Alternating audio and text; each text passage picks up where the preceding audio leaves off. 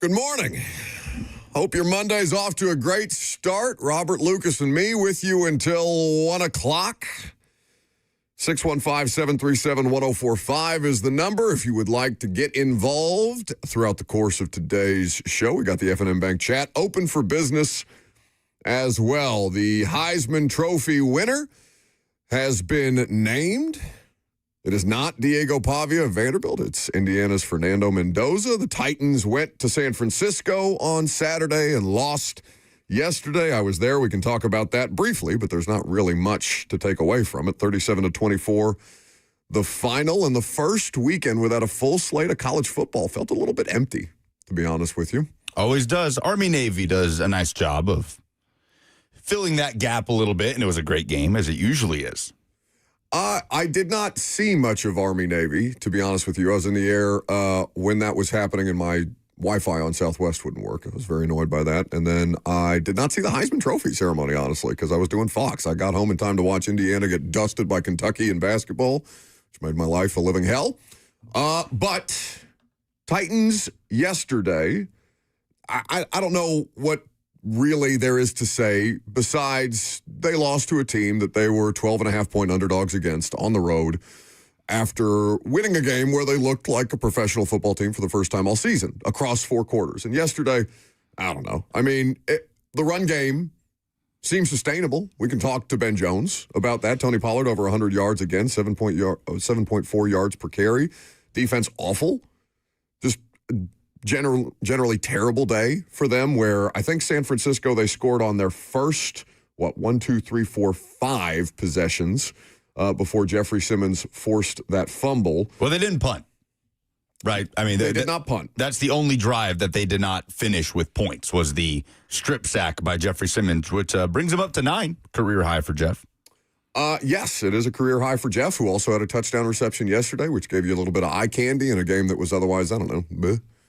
That was pretty funny, watching him on the scramble drill. Be a better receiver than any receiver that Cam Ward has this season. Well, it's a pretty damning indictment on Robert Saleh. Everybody knows you plaster on Jeffrey Simmons when the quarterback is scrambling in the pocket. It's just the fact that I saw this pointed out many times on social media yesterday, but the fact that Jeff Simmons is better at executing the scramble drill as a wide receiver than any other player, skill player that's he just found the open space, man, and just... But poor Jeff only gets that opportunity when the game is not really in question, because his first career receiving touchdown happened, do you remember the context of his other touchdown catch? Was it last season? No, it was in 2023. No, I don't remember that. The last year of the Vrabel era in Jacksonville, when they were getting demolished by the Jags. It was like 38-7 or something, with 4 minutes remaining in the fourth quarter. What week was that? Because they beat Jacksonville at home at the end of the regular season, right? Finale, yeah. Yes. But they got dusted in Jacksonville. I don't remember that game. And just threw that play in there for the very end of the game when it was completely out of hand, even more out of hand than this game. I mean, that at least made it a 2-score game to where you stop them and score, and hey, it's a 1-score game, but... No, this game never really felt out of control for the Niners. They had 37 minutes of the football up front, just kind of dominated offensively and picked apart a Titans secondary that is down to like its 4th, 5th option if you're to look at the preseason depth chart to now. Injuries everywhere, right? So Kevin Zeitler left this game. He came in questionable with a groin injury. He ended up playing, but he ended up having to leave the game. Corey Levin ended up in there at right guard. Cushenberry returned from his injury. Dan Moore missed yesterday with a neck injury, the starting left tackle, so you had Oli Udoh out there. So how many safeties did they lose yesterday? Kevin Winston, Xavier Woods, Mike Brown, Cedric Gray, not a safety, but he was obviously concussed because he just ran into George Kittle and bounced off George Kittle like a child. And he was 1 tackle away from tying a career high. Cedric Gray, I mean, he had one really bad missed tackle on Christian McCaffrey on a little check down out to the left side of the field where he kind of went up high on him, and then Christian turned it into a big gainer. But apart from that, Cedric Gray was flying around, man. 16 tackles, and probably would have smashed his career high if not for that concussion. So we'll see what his status is. I would imagine it is unlikely that he would play this week against the Chiefs, but obviously we'll let the week play out. The biggest story in the NFL, of course, is all of the injuries, and we'll cover those at length in the next segment because there are a fair amount, and obviously the Chiefs do play here in Nashville this coming week. But yeah, I mean, there was just Pearsall is running wide open all over the place. Juwan Jennings had 2 touchdowns. Like this, just what did Mack and Cosell both say in the week leading up? You're not even defending Brock Purdy or these skill players. You're defending the scheme, and the scheme just went out there and beat their ass. Like they didn't have any answers. Denard Wilson with a roster that's stripped down to the studs, but not in a good sense, and where attrition was. I mean, that's probably the most players they've lost in-game, because even Gunnar Helm missed some time with a toe injury. He did come back. Van Jefferson with an awesome catch later in that game, but he left the game with a back injury. He did return to the sideline, but I don't think he ever came back in. No, he did not. He got hurt on that catch. Yeah, it was a hell of a catch by him. And, you know, the Cam Ward experience is just there were some misses, there were some makes. I think the title described him. What did you put in there this morning, Robert? Sporadic is the word that we are using to describe Cam Ward? I think that's kind of the word for his rookie season, right? And it's a little bit rinse repeat this game with the Titans. It's at times this year, at several points this year, it's felt like the Titans are just kind of bringing a knife to a gunfight, right? Especially as the injuries pile up now on defense. The offense is still being driven forward by a core of rookies. And there's some good and there's some bad. You have a pretty bad miss to a wide open Van Jefferson who walks in for a touchdown. And I believe that would have made it, a tie game at halftime, essentially. And then you've got an absolute missile to Gunnar Helm on a 34-yard touchdown. That's one of his best throws of the season. Extending plays, doing some of those things. He has kind of gotten away from using his legs the way he did. There was a 2-week stretch there where Cam Ward it was like somebody told him, hey, you can run the ball. Right. He had one carry. He had one carry late in the Cleveland game. He didn't, if I remember correctly. I could go back and look at the box score. But if I'm not mistaken, how many times did he scramble, if at all, yesterday? He has scrambled 4 times. Okay, one in the rush last for 2 yards. Yeah, last 3 games combined, he has 4 carries.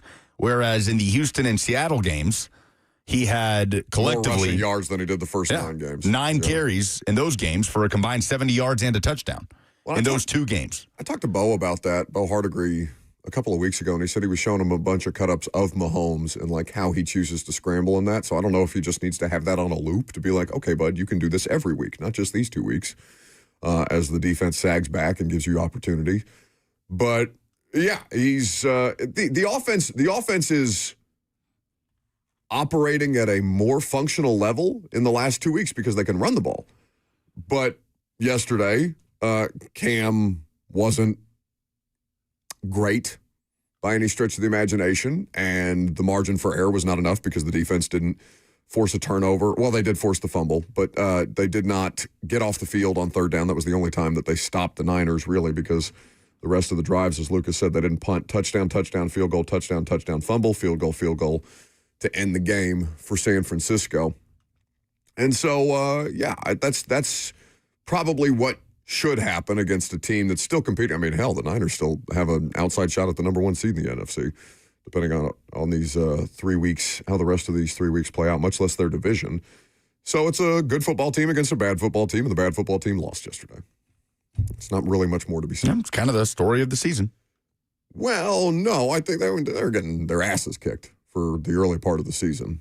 They were non-competitive for a good part of the season. They were heavily penalized for the early part of the season. There are some things where you could look at them and say, okay, they are incrementally improved. And I'm not here to do, moral victory, whatever the hell today, but like they are not as bad right now as they were at the start. Yeah, they're running the football, right? That helps with the offensive operation when you have some level of balance. And Tony Pollard goes back-to-back 100-yard rushing games, only the 2nd time in his career, by the way, that he's done that. He's over 1,000 scrimmage yards for the year for the 5th time in his career.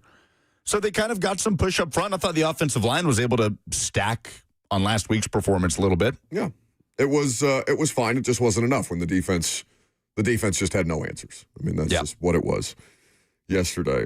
Duck on YouTube says, y'all still want a quarterback competition? Sounds like it. I think people get confused with the idea of the quarterback competition. I just want him to have to compete with somebody. I don't necessarily need that other player to win the quarterback competition. I simply want somebody that is actually a threat to him, or more of a threat than Brandon Allen is, so that he feels some level of pressure, and that it's just not just a cakewalk for him heading into training camp next year. Not the idea that, yes, I would like a different quarterback next year. Yeah, I'm with you on that concept. Like, to me, it's a no-lose situation, right? He either wins the job, as he should and will be predicted to, or he doesn't, which gives you cause for concern. And he's not the guy you thought he was anyway. There's nothing in his rookie year to say one way or the other. I think we all kind of blanket understand that.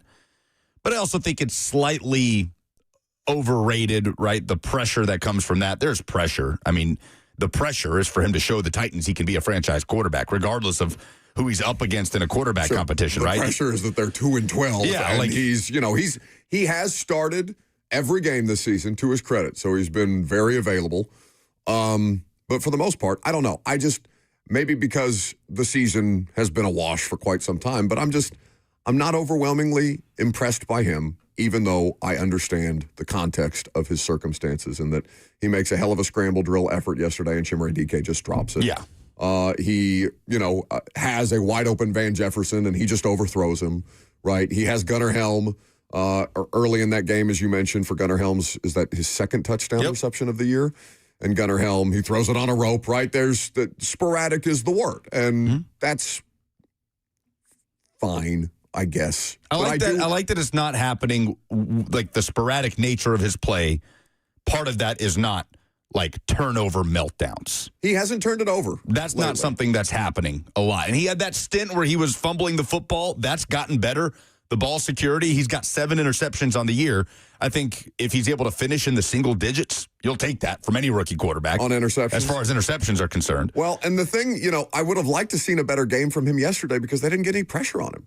Yeah, no sacks. He was unbothered yesterday, I mean, for the most part. I wouldn't say he's completely unbothered like they did. He was hit 3 times. It was by far and away the least pressured day that Cam Ward has had. So I would like to see a better performance in that particular situation. And I don't know. I mean, I get that people want to have patience with a rookie quarterback in any circumstance. But I think it's okay to have a higher standard for the number 1 overall pick. I think that's fine. And if you don't want to do that, that's okay too. But I think for the most part, if he's coming in here to be franchise changer, then at some point I would like him to look like that. And that just hasn't happened for me so far this season, even as I understand the rest of what's around him. All right, let's talk about the rest of the injuries in the NFL. It was a bloodbath yesterday. I'm Buck Rising. It's 104.5 The Zone.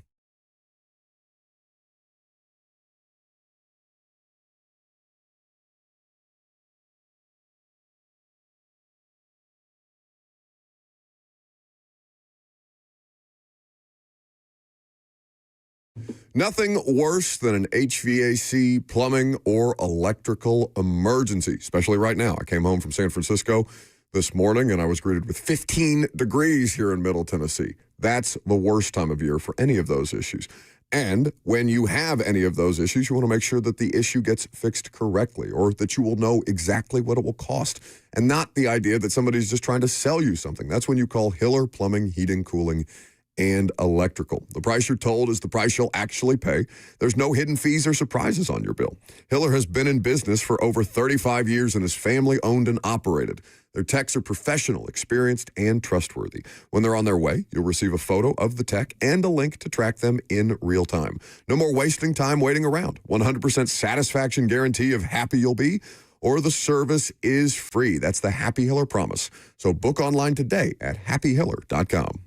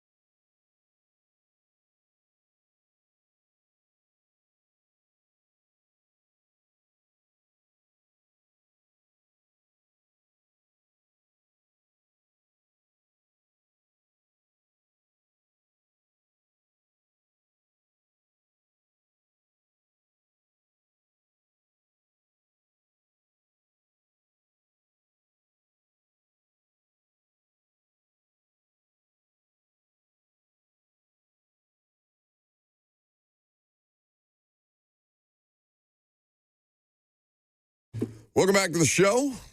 Fueled by Hattie B's Hot Chicken. We'll take your phone calls here in just a second. 615-737-1045 is the number if you want to chime in on yesterday's game or the Heisman Trophy. I know people were passionate about that. Vanderbilt fans feel slighted. Actually, I don't know how Vanderbilt fans feel today because Pavia lost by a significant margin in the Heisman. Did you see the voting? I know you didn't see the ceremony. Yeah, too big a margin, I thought. It seemed insane for it to be that much of a landslide. But, yeah, the reactions on social media, unsurprisingly, have been so extreme. Well, I think we'll get to this at 10:45 because I do want to talk about the weekend that Diego Pavia had or did not have here in just a second. But I wonder how Vanderbilt fans feel because, there was for sure evidence of him being slighted. But then the behavior after the fact, you're just kind of like, yeah, all right, for sure. We'll talk about it. What are we doing here? Okay. Quickly, though, before we get to your phone calls, Jeff Simmons, I saw this morning as I was landing at 5 a.m. Jeff Simmons got his house broken into last night. He was posting on his Instagram story. I guess somebody took Robert, did you see the tool that was used to break and enter into Jeffrey Simmons' home? Is that a sledgehammer? Yeah, that's a sledgehammer. Okay. That's a Triple H special. Okay. Sledgehammer. Oh, at some point I want your thoughts on John Cena. That got a lot of run this weekend, too. I didn't see it, but I know you probably have some perspective, and a lot of people were reacting to that. So Jeff Simmons got his home broken into over the weekend while the team was in San Francisco, and the team has since put out a statement on that. Team security is actively working with Metro Nashville Police Department to recover items stolen from Jeffrey Simmons' house. No residents were home during the burglary. So, which, thank goodness for that. Because I know he has a small daughter. I don't know what other situation Jeffrey might have, but yeah, best case scenario for a really bad circumstance for nobody to be home at the time. All right. So Mark in Clarksville wants to talk about Cam Ward from yesterday. Good morning, guys. Morning. I guess the one consolation from the game yesterday was that Cam had a better outing than Shedeur did in his game. However, I think Cam's numbers are still pretty pedestrian. They don't compare as well as Jake Locker or Marcus Mariota or anything like that. And in yesterday's game, he had a few of those ropes that he threw, but he missed a few, and he also almost threw 2 interceptions. My bold prediction regarding quarterback controversy or competition, I predict Will Levis will start at least one game next season over a healthy Cam Ward. I'll listen up. Thank you for the call. Bold prediction. That is indeed a bold prediction. Will Levis would have to be here during the regular season for that to be a possibility. I don't really care what Shedeur did yesterday. It didn't sound like I didn't see any of it. I know was he bad. threw 2 picks. 3. 3, did he? Okay. Yeah, they were just dusted. I mean, the Bears were in complete control the whole way. Yeah, I just like the Levis thing. I don't know. I mean, I personally am not hell-bent on seeing Will Levis play meaningful snaps for this particular football team again. That is an opinion that I imagine is very much in the minority among Titans fans. I would hope so. You can be not impressed. Like I'm not overwhelmingly impressed with Cam Ward. I would like the number 1 overall pick and ideally franchise quarterback to look like a game changer. I'm still awaiting that moment. It doesn't have to happen this year, I guess. It doesn't seem like it's going to. But that doesn't mean that you have to veer to the extreme of, well, yeah, give me the other guy. Because the other guy, you know what that is.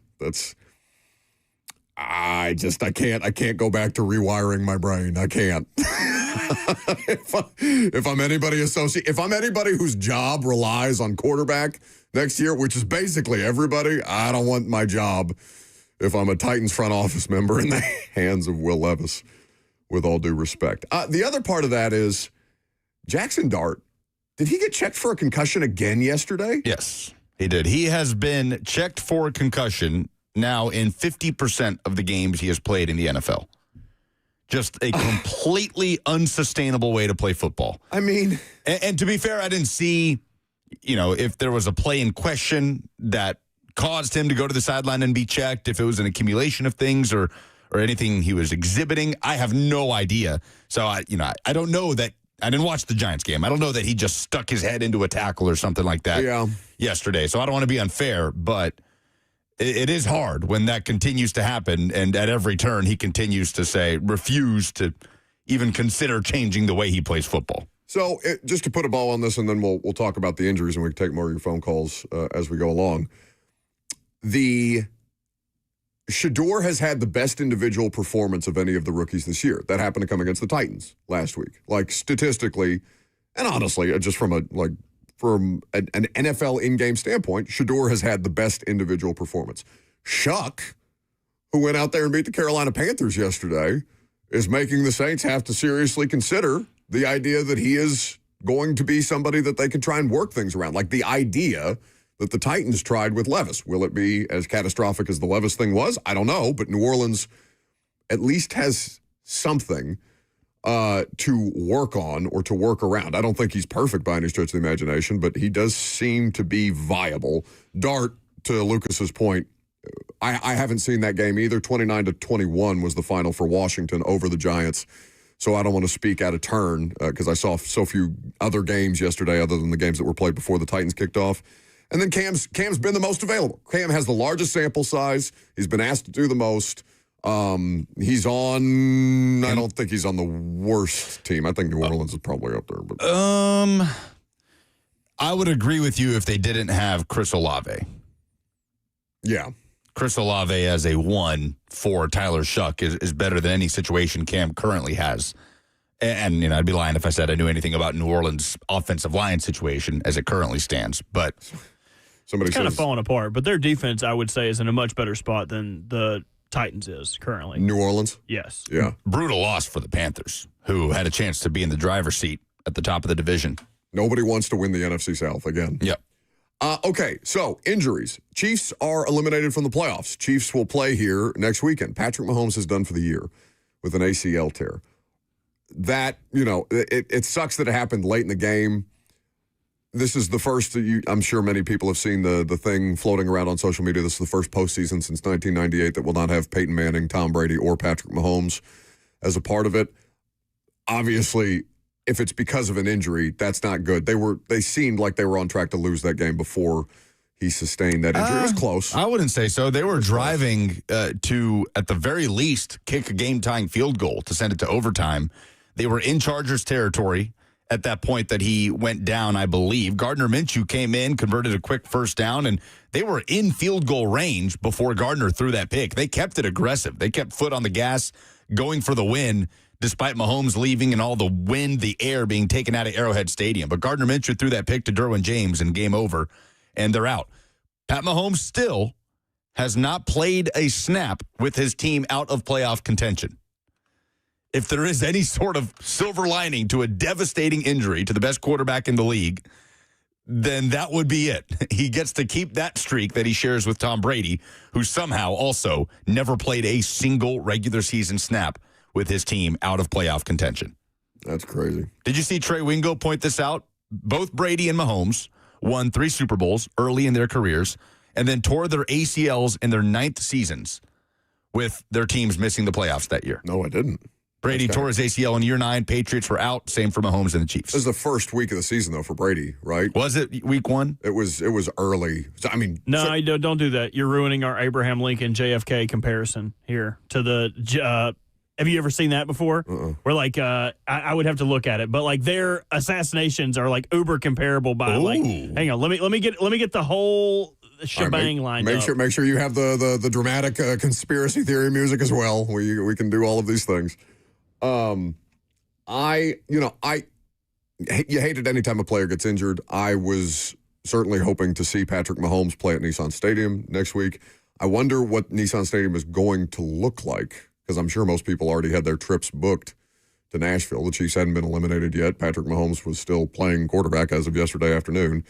And the Titans have been marketing that game as one of the premier games at Nissan Stadium this year, which no longer feels quite as premier with a battle of the irrelevance in the Titans and the eliminated Chiefs. Next 2 games will be matchups of eliminated teams. Also, Micah Parsons, non-contact ACL yesterday. Terrible day for injury across the NFL. And I was bringing this up to you two. We were in the Titans locker room after the fact, and players, because they played a later afternoon game, by the normal standard of the NFL slate, players were finding out that Patrick Mahomes and Micah Parsons were done for the year. And somebody in the Titans locker room said, well, that's why you got to play on natural grass. But both of those injuries happened on natural grass. Yeah, Denver and Kansas City. Yeah. So, I'm not saying that there's not an argument to be made about natural grass over turf. But that was not the case in those 2 injuries yesterday. Before we move on from the Mahomes injury, did you guys hear Chris Jones finding out that they were eliminated? No, I in didn't. the post game. Oh, it's tough. So, still have fighting chance. Are we out of the playoffs? Yeah, we are. Okay. I didn't add that noise. Ignore the SpongeBob. We are? noise. Okay. But we still have a fighting chance, right? What? Oh, we're eliminated? Oh, okay. Okay. That's so tough. In over a decade, man. Chris Jones was not in the league the last time the Chiefs did not make the playoffs. That's actually crazy. That was 2 years before they drafted him. Oh, my God. Yeah, I'd be curious to see who else. Does Kansas City have a quarterback on the practice squad? I'd just be curious to see who else their they backup dust will off. be? Yeah. Yeah. I mean, Gardner will start, For sure. but I don't know. I don't know who the Chiefs' current 3rd quarterback is. I am. Yeah, I'm disappointed to not get to see Patrick Mahomes next week. But that's just the unfortunate. And this was also pointed out to me in the Titans locker room. It kind of sucks for him. I mean, beyond just having a season-ending injury, but this is the first time that he will have. I don't know if people feel sympathy for Patrick Mahomes. I feel like a lot of people are just refreshed by the idea of the Chiefs not being in the postseason. And I'm sure there's an element of humanity. Like, you just generally feel bad for a guy who got hurt in that situation. But I kind of feel bad for his family a little bit. They have the first offseason where he's not playing deep into the postseason, and now he's going to spend the whole time rehabbing. That was pointed out to me yesterday in the Titans locker room. It's an element that I hadn't even considered. So just a little bit of a human element to that yesterday. And they have one of the Christmas games, right, on Netflix? Oh, I'm sure Netflix is happy about that. The prime time, the 7:15 Christmas Day game on Netflix is Broncos Chiefs. Oh, no. How much is Netflix paying for these games this year, I wonder? They have Broncos Chiefs, Lions Vikings, Cowboys Commanders.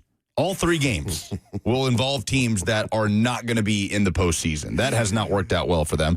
The 3rd quarterback for the Chiefs, currently on their practice squad, is Chris Oladokun, the former South Dakota State Jackrabbit. Go Jacks. I think he should start. Okay. 615-737-1045 is the number if you want to chime in. Bo is in Franklin. Hello? Hello. Hey, how's it going, guys? Love the show. Pretty casual football fan, but was watching one of the better slated games yesterday in the Bills-Patriots and noticed 2 ex-Titans legends be called in Jack Gibbons and Harold Landry, and wanted to get your take on how these guys maybe slipped through the cracks with the Titans, but are now starting on a relatively strong New England team. I'll hang up and listen. Thanks for the call. Patriots blew it yesterday. They were up 21-0 on the Bills. And Josh Allen is also, Super Saiyan, so he can do that in moments. He's the defending MVP. Yeah, I mean, they let Harold go for money reasons, and Harold Landry wasn't great here. Would Harold be the best pass rusher on the Titans this year? Like, not as an edge guy, not named Jeff. He would be the best edge. Yeah, for sure. Certainly. But they were trying to clear cap and new regime, and you could justify the move at the time. It's easy in retrospect to go back and look at that. Jack Gibbons, anybody could have had, right? Jack Gibbons just a UDFA who was playing here and was not on great teams here at the end, but he's good enough to be starting for the Patriots. And, I mean, hell, what's the other one's name? Spillane? Yes, Robert Spillane was here, too, for a period of time. He went to play for the Raiders. He was a Steeler, too. He's had a few stops. So, yeah, I mean, listen, the Patriots are, what are they now, 11-3 after yesterday's loss? Yep, one game up on the Bills in the division. So, Josh Allen, I saw this stat floating around on Saturday. Josh Allen has never lost a revenge divisional game. So, a game after he has played and lost to a divisional opponent, he has never lost that follow-up matchup with the team. He's also never thrown an interception. You know, they're in all, those games. They're technically all arm punts. No. We're just making up new statistics now. He's never lost a revenge game, which means he lost one. He lost a divisional game. Like, we're making up new stats. Ric Flair is a 16-time world champion, and then someone else would say, like, yeah, he lost it 16 times. Like, we're just making new stats after this dude. He was great in the second half yesterday. Josh Allen. They were down 17 at the half after that 21-0 hole and just charged back. And if not for Travion Henderson, the Bills would have won by multiple scores. All right, coming up next, Diego Pavia did not win the Heisman, but his aftermath, for lack of a better term, was one of the biggest national news or national sports stories this weekend. We will talk about the behavior of the Vanderbilt quarterback who finished runner-up coming up next.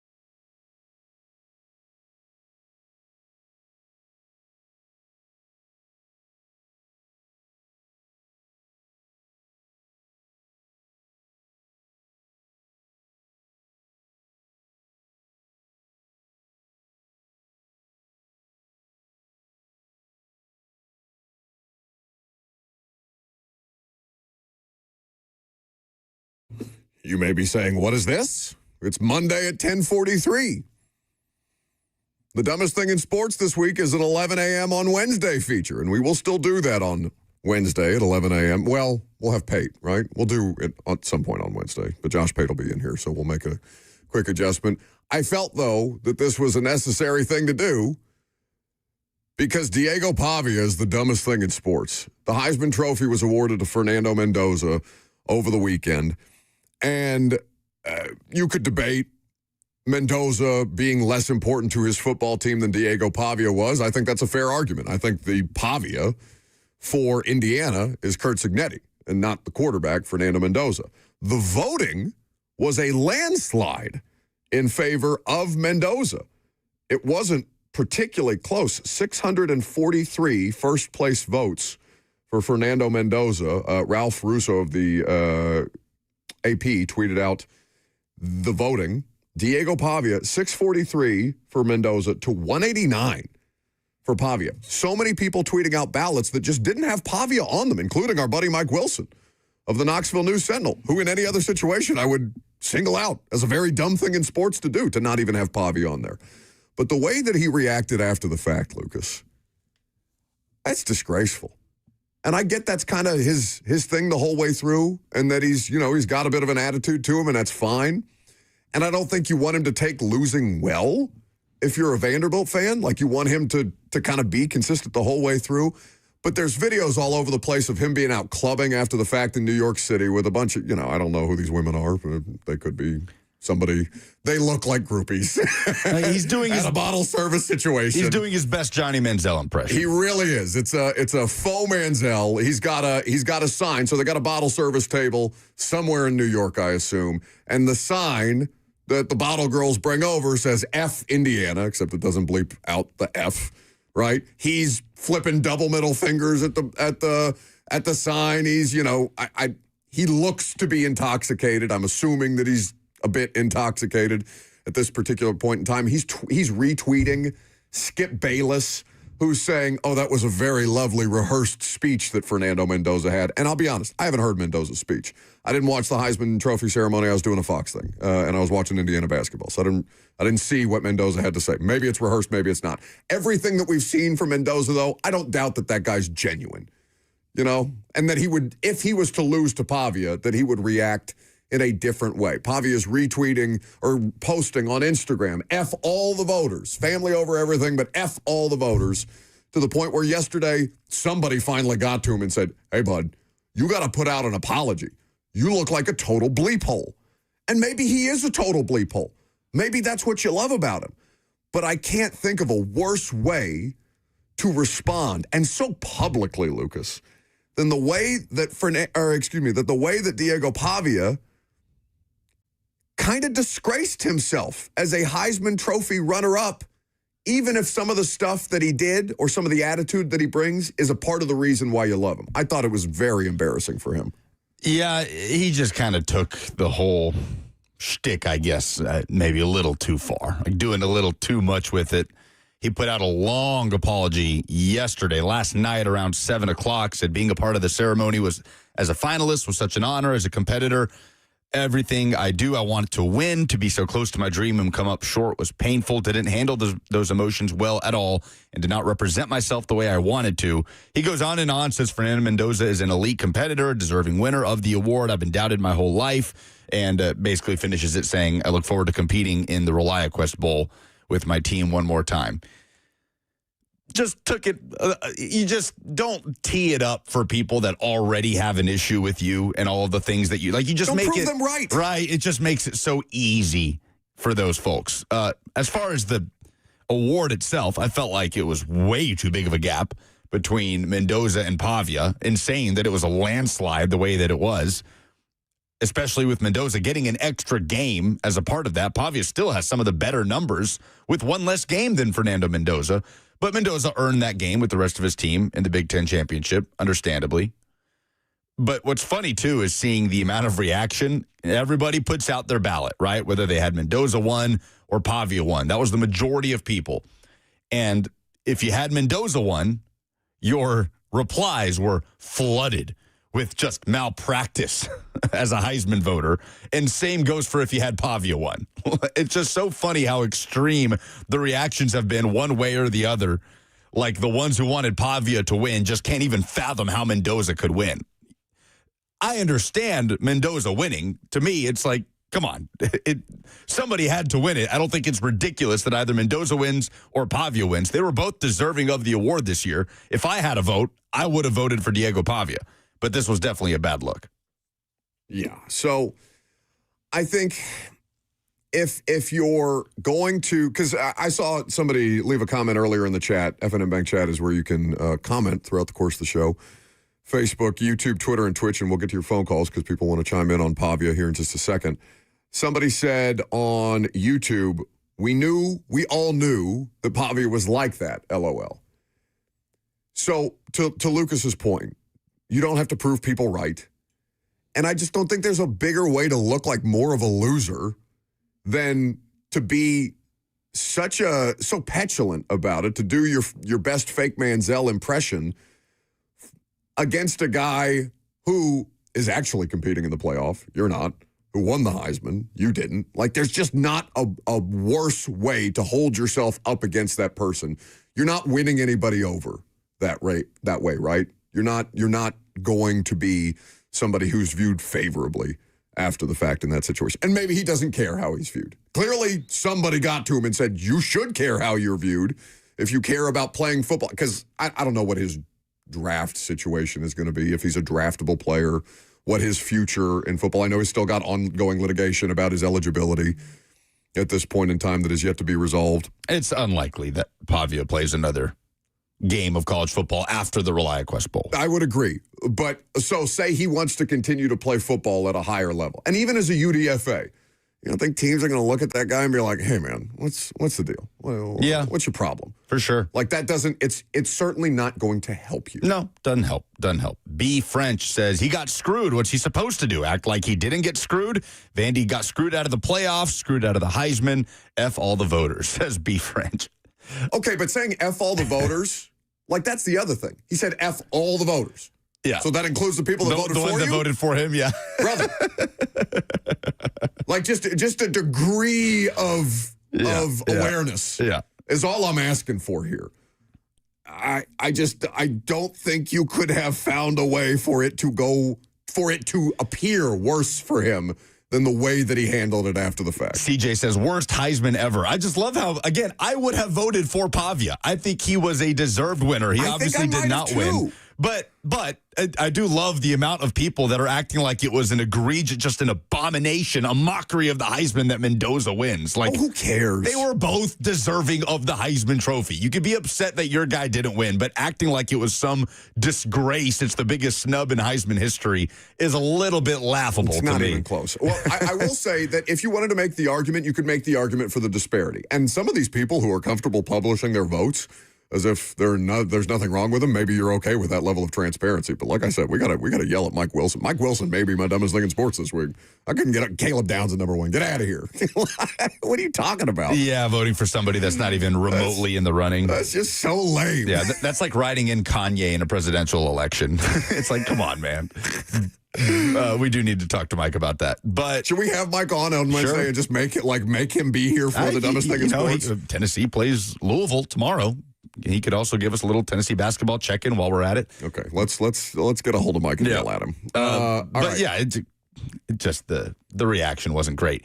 When's the last time a college football player or quarterback elicited this kind of, discourse? Manziel. Is it Manziel? Surely in the last 10 years there's been. To me, it's Manziel was after Cam, right? There's been a lot of things. Manziel was like 11, 12. There's been a lot of things that have been hard to wrap your head around about this Vanderbilt season. The fact that they're knocking on the door of 11 wins, that they had a finalist at the Heisman Trophy ceremony. But the fact that a Vanderbilt football player is eliciting this kind of reaction from the general college football watching public also is just added to the list of things you never thought you'd see. Yeah. Indiana, number one overall seed in the college football playoff with a Heisman Trophy winner. Vandy has the most controversial player in college football. It's incredible. Okay. Bo, another Bo, is in Hermitage, but this one wants to talk about Pavia. Good morning, guys. Hey. Man, I hope, and I'm a huge Vanderbilt fan, have been a huge Pavia fan since he's been there, but I hope he's investing his money well, because the reaction that he had yesterday was absolutely ridiculous. We see where Manziel is now, and if he continues, man, he better invest the money he's got, because look where Manziel is now. But anyways, a lot of levels to this. If Indiana had not beat Ohio State the other night, do you think the Heisman situation's different? I'll hang up and listen. It's a great question, right? The extra game that he gets to play. It was such a landslide that I almost want to say no, I kind of agree with you. but I don't know. Good question. He does get the extra game. So let's say this. Would the result be different? I don't think so. Because even before the Big Ten championship game, Mendoza was a heavy betting favorite, right? Pavia actually got closer, and Vegas odds aren't the end-all be-all, but Pavia actually got closer in terms of a betting favorite after the Big Ten championship game. Because Mendoza didn't light out Ohio State up. They won the football game. So I'm inclined to think, of course we don't have the answer, but I'm inclined to think and agree with Lucas that based on the voting, again, 643 to 189 first place votes, that's not even close, not even remotely close. So if Ohio State wins, the vote becomes closer. Maybe Julian Sayin actually gets a bit more of a push here, but it just doesn't seem like Pavia ever really had a chance. All right. Coming up next, Ben Jones will be in studio. We'll talk about yesterday's Titans game, and we'll get into some of the other NFL results that happened around the league. I'm Buck Rising. It's 104.5 The Zone.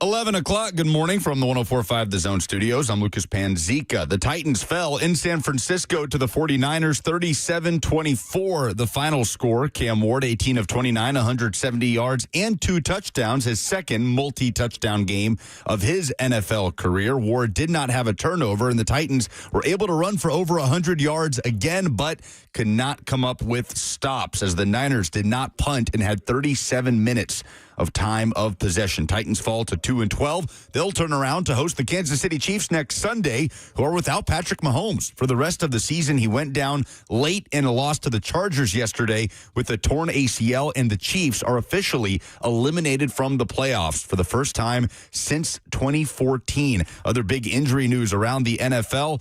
Packers star pass rusher Micah Parsons went down with an ACL late in the Green Bay loss at the Denver Broncos. Yesterday, his season is over. The Heisman Trophy ceremony happened on Saturday, and Indiana quarterback Fernando Mendoza hoisted the trophy, the first ever IU quarterback to win it, beating out Vanderbilt quarterback Diego Pavia, as well as Ohio State quarterback Julian Sayin and Notre Dame running back Jeremiah Love. For all your foundation repairs and waterproofing needs, visit USSTN.com. Breaking news at once on your home for the Titans and Vols. This is 104.5 The Zone.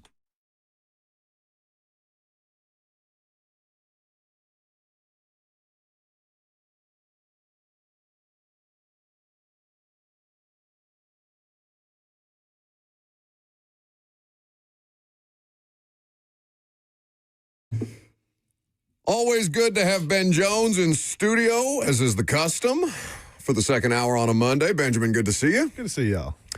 615-737-1045, the number if you want to jump in the meantime. If you have questions for Ben Jones, we're going to talk a little bit about the run game for the Titans because it was a loss and they did not cover. Nope. But there is something there that at least seems to be making progress in the right direction. Now, you would say, okay, week 15 for what? But it does matter because a lot of those players are going to be back, so we'll break that down with Benjamin here in just a minute. F&M Bank Chat also available for you. Facebook, YouTube, Twitter, and Twitch if you would like to chime in there. Last week you walked in here just offering Lucas words of comfort on what it is as advice from a couple of champions. That's right. You know? Now, I haven't yet been dismissive to him. Who's the last person to win the Heisman for Tennessee? Has Tennessee ever had a Heisman Trophy winner? Surely. Don't do this. Surely you've had a Heisman Trophy winner in the storied history of your program. I want you to know nobody accepts your caping up for Indiana. Oh, I don't care. When at every turn, I understand. You have not given an iota of a damn about that football program. I was more upset about them losing to Kentucky in basketball than I was about him. Didn't win it there? He got snubbed. Who won it this year? Charles Woodson. Oh, biggest snub in Heisman history. That's Manning, Moss, and Woodson, right? That was that year? Ryan Leaf, too. Crazy list of finalists there. There's a 30 for 30 about it. That's where I've seen it. That's why I knew I've seen it somewhere. And Heath Schuler came up short. Johnny Majors came up short. It's okay. I'm just saying, if you would like to model your program off of anybody, you could look to Indiana and say, this is what it takes to be championship caliber. Does Georgia have one other than Herschel? I can look that up for you. Yeah, what's his name? Is it Frank Sinkwich or Charlie Tripp back in like the 60s maybe? That's insane that the Heisman, I don't Trophy. even think Stafford went as a finalist. Yeah, I guess not. That was Frank Sinkwich, as you Look at mentioned. that. Look at me know my Georgia history. And Herschel Walker back in 1982. Stetson went as a finalist, which was Bluesman. Yeah. He went instead of That's Stafford. right. That's crazy that is Matt didn't insane. go. No, I don't think he. Who the hell who won the Heisman Stafford's year? Probably Tebow. 08. Oh, yeah. Yeah, okay. Had to be.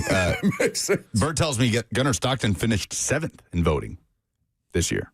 It just means that whoever wins is going. That's who you got to win. I find it completely bizarre that Indiana has a Heisman Trophy winner more recently than Georgia and Tennessee. Yeah. Sam Bradford won the 2008 Heisman over Colt McCoy and Tim Tebow. So Tim won it the year before in 07. Then 09. He did not win 2. Archie Miller, I He didn't win believe, 2? is still not Archie Miller. Archie Griffin, right, is the only player Archie to win. Miller is the disgraced Indiana coach. Archie Griffin's the only one to win the Heisman twice. That's crazy.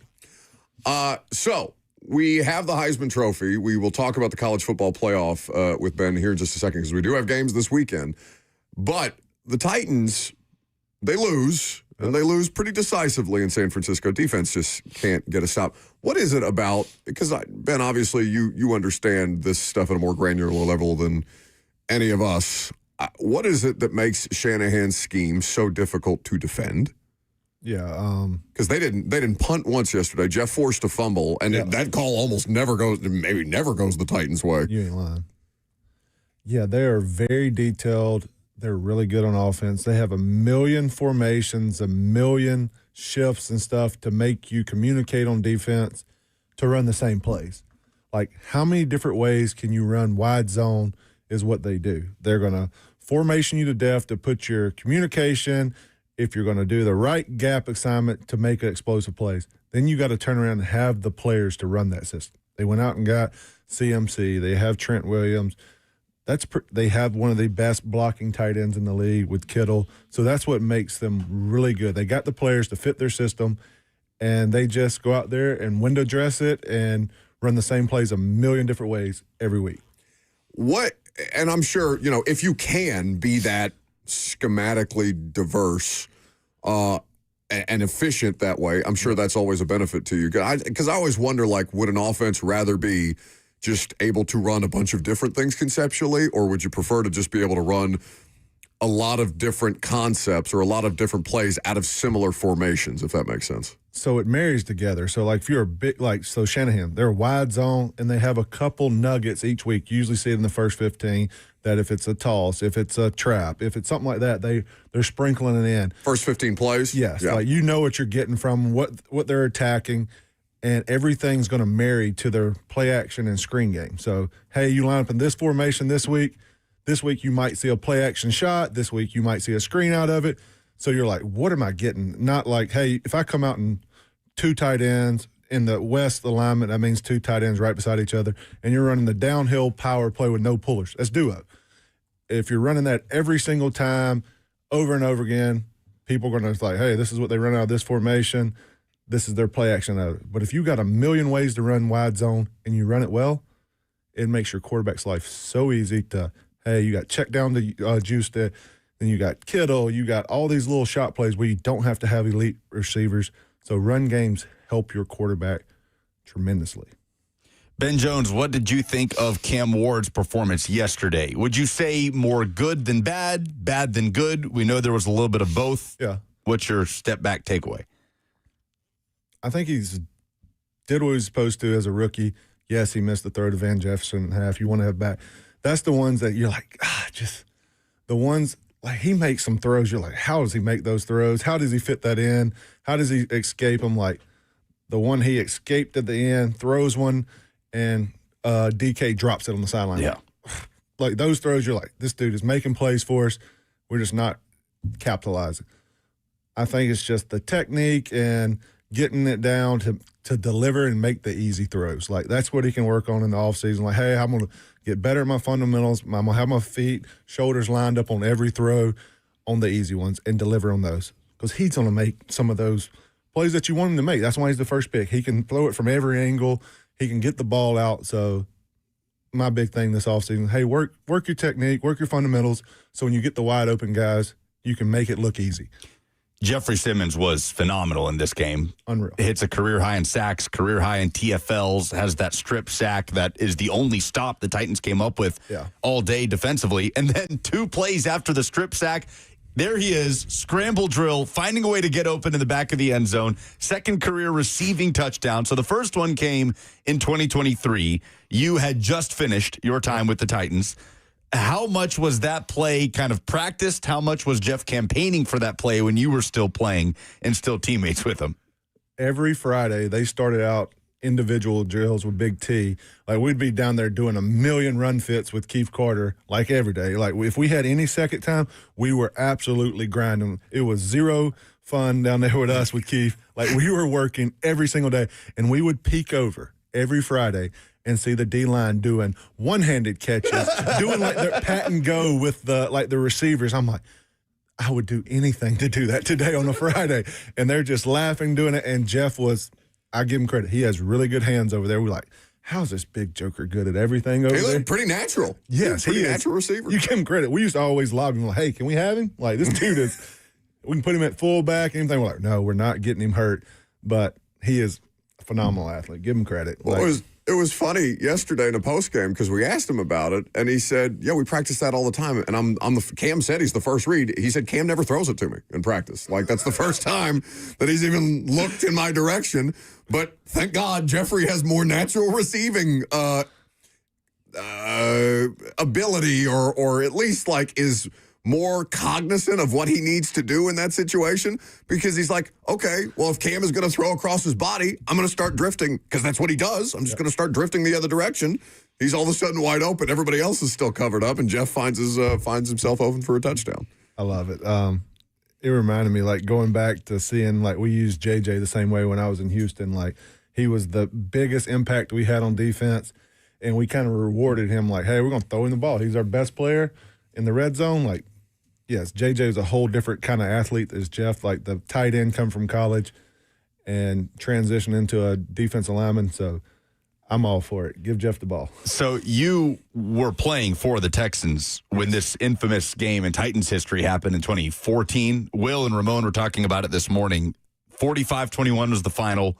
Texans over Titans. J.J. Watt had 2 sacks, forced fumble, a fumble recovery, 6 quarterback hits, and a touchdown catch. Oh, my God. That was the Mettenberger game, wasn't it? Was Mettenberger Fitzpatrick was y'all's quarterback. Right. So it was Mettenberger.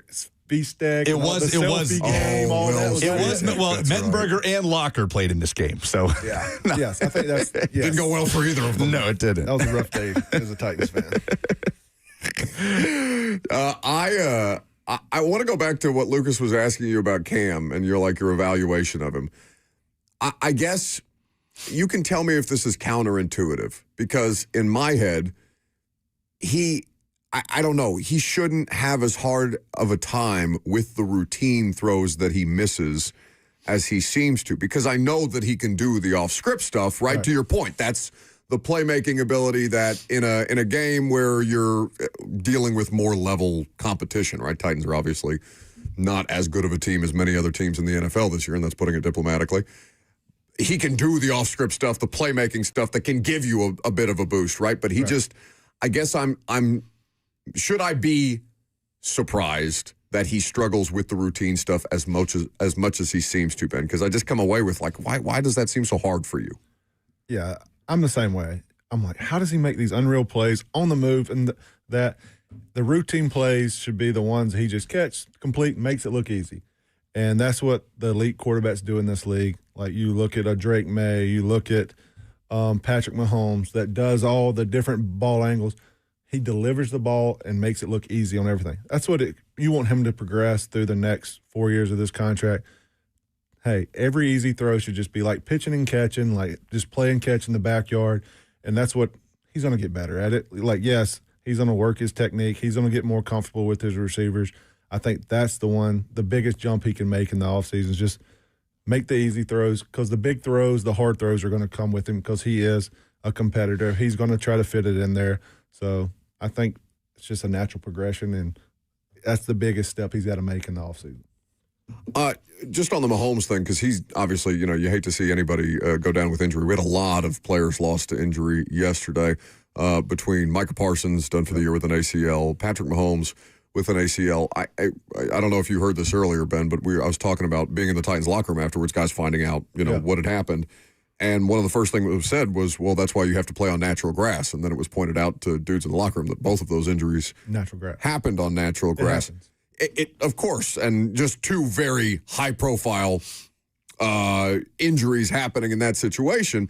But, like, where are you on that conversation as far as playing surfaces for players? Because I understand that the league will come out and say every year that there is not science that indicates that there is a higher rate of injury on artificial surfaces than there is on natural grass. But given that you are the one out there, or have been the one out there playing through it, where are you kind of on that conversation? When it's great conditions, great weather, natural grass, I always loved it better. Like, my body feels better the next day, like recovering. Like, yes, you're not falling on concrete. It helps you.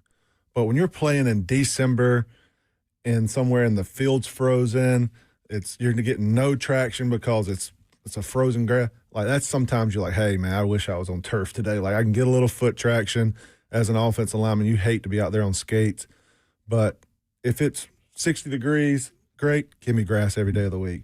I want to practice on grass.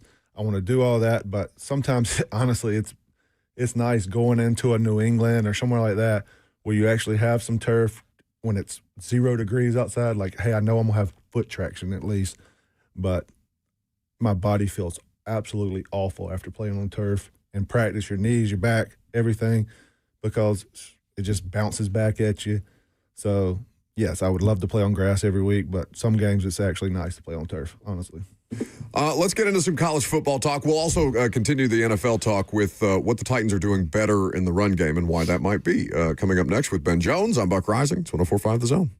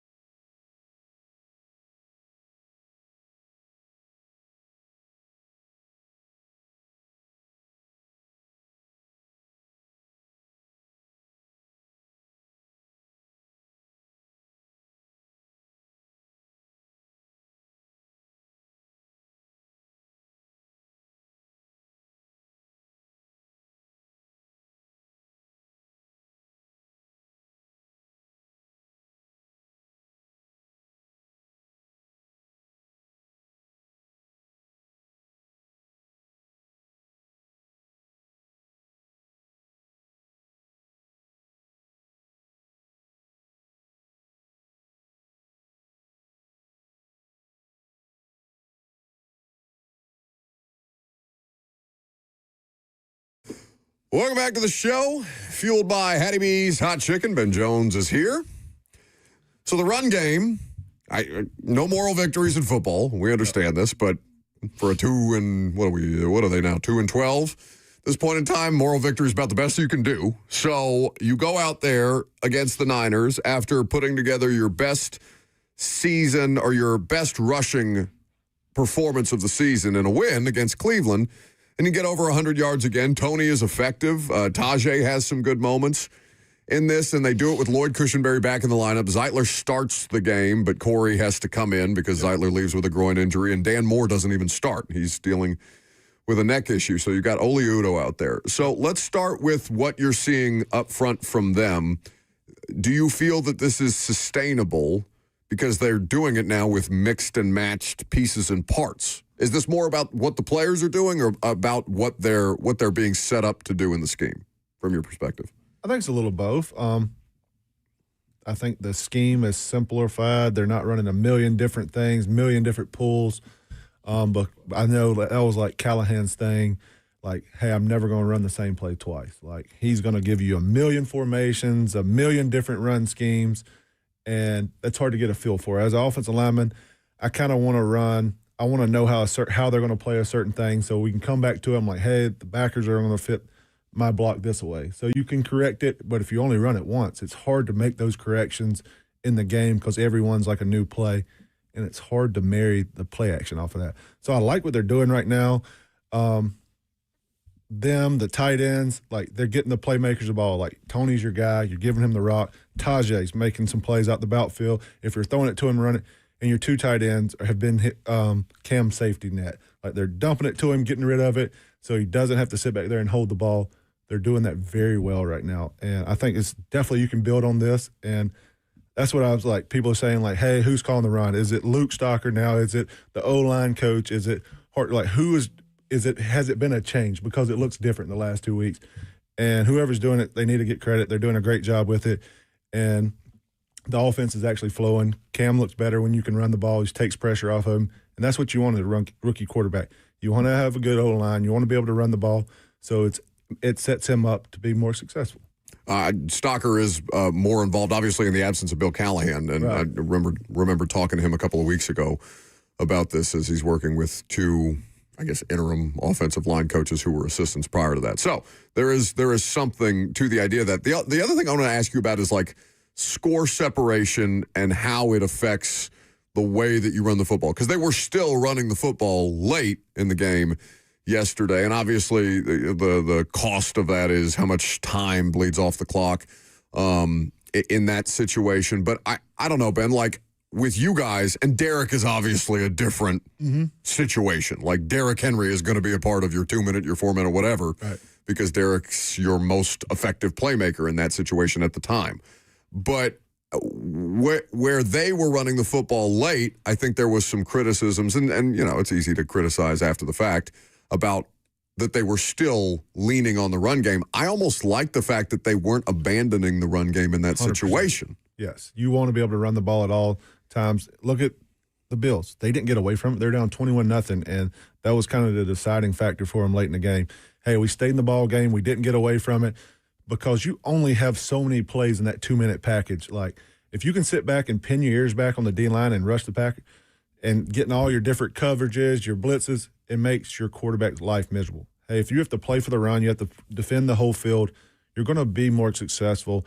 Their goal is to try to get back in the game. If you only go one-sided and pass every play, unless you have elite receivers, elite quarterback, it's impossible. So you have to be able to run the ball right there. If you want to get back in this game, that's your most explosive plays is running the ball the past couple of weeks. And if you're able to run it, defensive safeties creep up, then you're able to take a shot. If you're only passing the ball, everybody's dropping, you're rushing, it makes it hard to take shots. It makes it hard for the O-line. So you got to be able to stay balanced, honestly.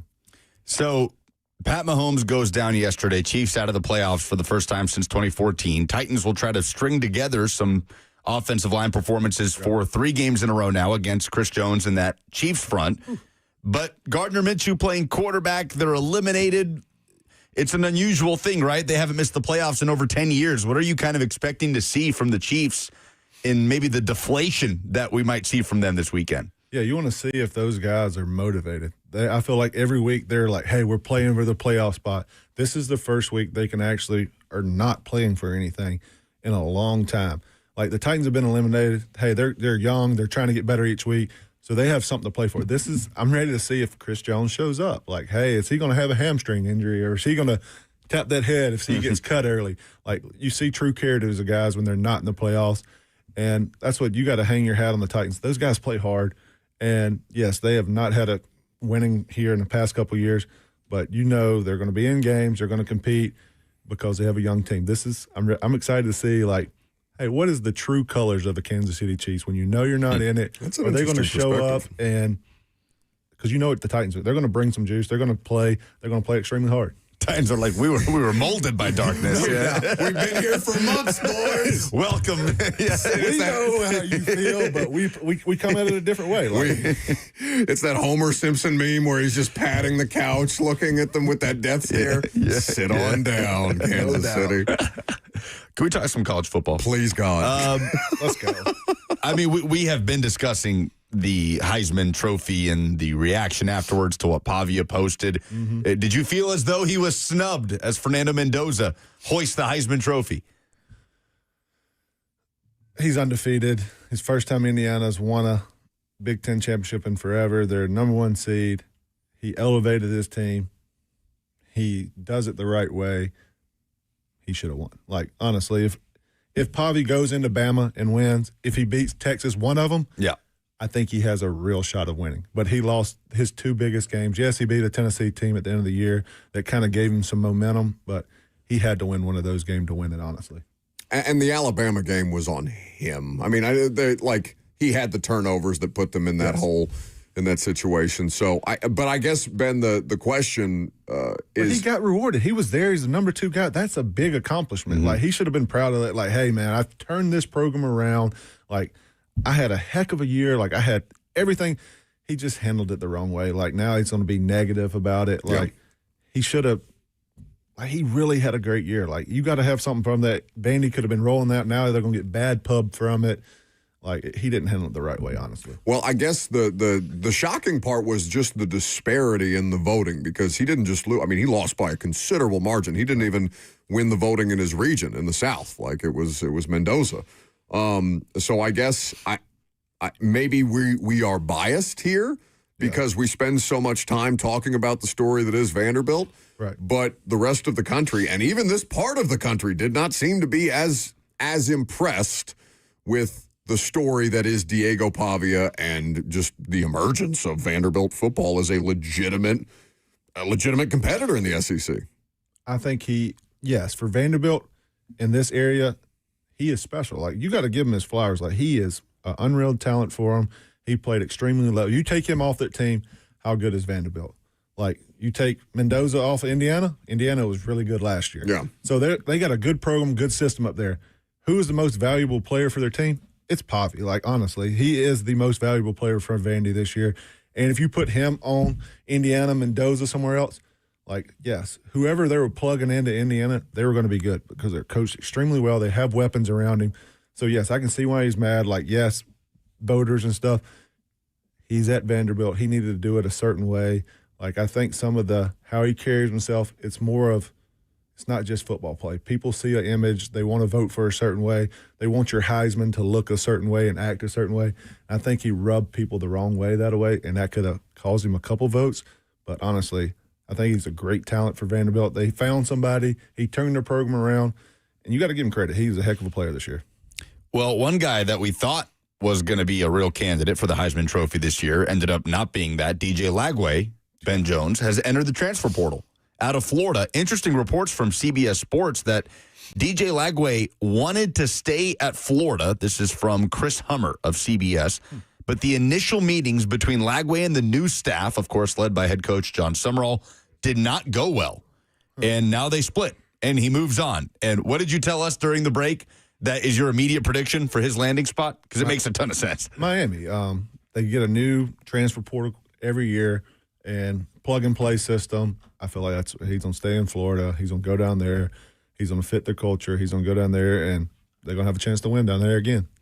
Yeah, that makes a ton of sense for the most talented quarterback in the portal. Lenora Sellers reportedly isn't going anywhere. Sounds like he's going to stay at South Carolina.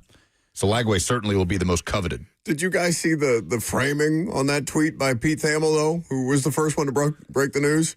Just emblematic of the current state of collegiate athletics. Lenora Sellers is close to agreeing to terms on a new deal that would bring him back to South Carolina. I'm telling you, it's the pro football, wild west of pro football. I had to read it twice just because it's still, I know we're years into this at this point, but it's still such a foreign concept to me.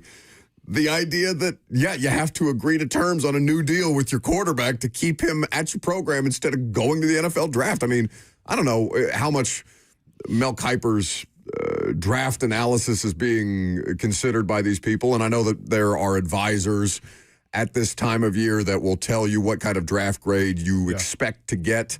But Mel has him as the third best quarterback in the draft class, and I guess he stands to make more money at South Carolina either way. Yeah. That's crazy. You got to if you're making $5 to $10 million off the field there, and if you don't go in the top, I guess first round, like Shadur fell to the fifth. Yeah, like Mel missed on that one. Like he don't want to be the guy like, oh, I could have stayed and made $10 million at South Carolina or wherever I'm gonna stay. Like it's a real thing now. Like Beck could have left last year, but coming on the elbow injury, he's like, it's better to go to college. I'm gonna make $10 million. Play in Miami, and my stock's going to be about the same. It's outrageous. College football playoff. We get the first round this weekend after a layoff of a full slate of college football this weekend. The game, well, you can tell me which matchup you are more interested in because we're assuming that Ole Miss is going to handle Tulane with relative ease in a rematch, that Oregon will not be threatened much by James Madison. So between Alabama and Oklahoma and Miami and Texas A&M, which matchup intrigues you the most? They're both rematches, right? Didn't Miami play? Miami play A&M? No, they played Notre Dame. That was the Notre Dame. A&M played Notre Dame, yeah. Right. The only rematches are Ole Miss Tulane. Yep. And 42-10 the first game or something like that. Yeah, blowout. Ole Miss has played Tulane 2 of the last 3 years. Yep. And Alabama, Oklahoma. And there could be another one if obviously Ole Miss takes care of business and gets Georgia again. The one I love watching, Alabama, Oklahoma, is a rematch and everything, but I'm ready to see what Miami's really about because they're going to turn around. I think they play Ohio State that winter. And I think that game you have some momentum and going in and playing Ohio State who's coming off a loss. Like that makes that next game really exciting. So I'm really is Texas A&M about it because they really had a lax schedule. They only really played Notre Dame and Texas. They barely beat Notre Dame. They turn around and beat Texas beats them. So I'm like, is Texas A&M everybody's hype? Are they up for the hype? And is Miami? They got weapons. So I'm excited to see that matchup. We've seen the Alabama-Oklahoma already. So I want to see something new. Well, and the Miami thing. They're both kind of science experiments here, right? Because you pointed out why A&M was subject to some scrutiny, and Miami.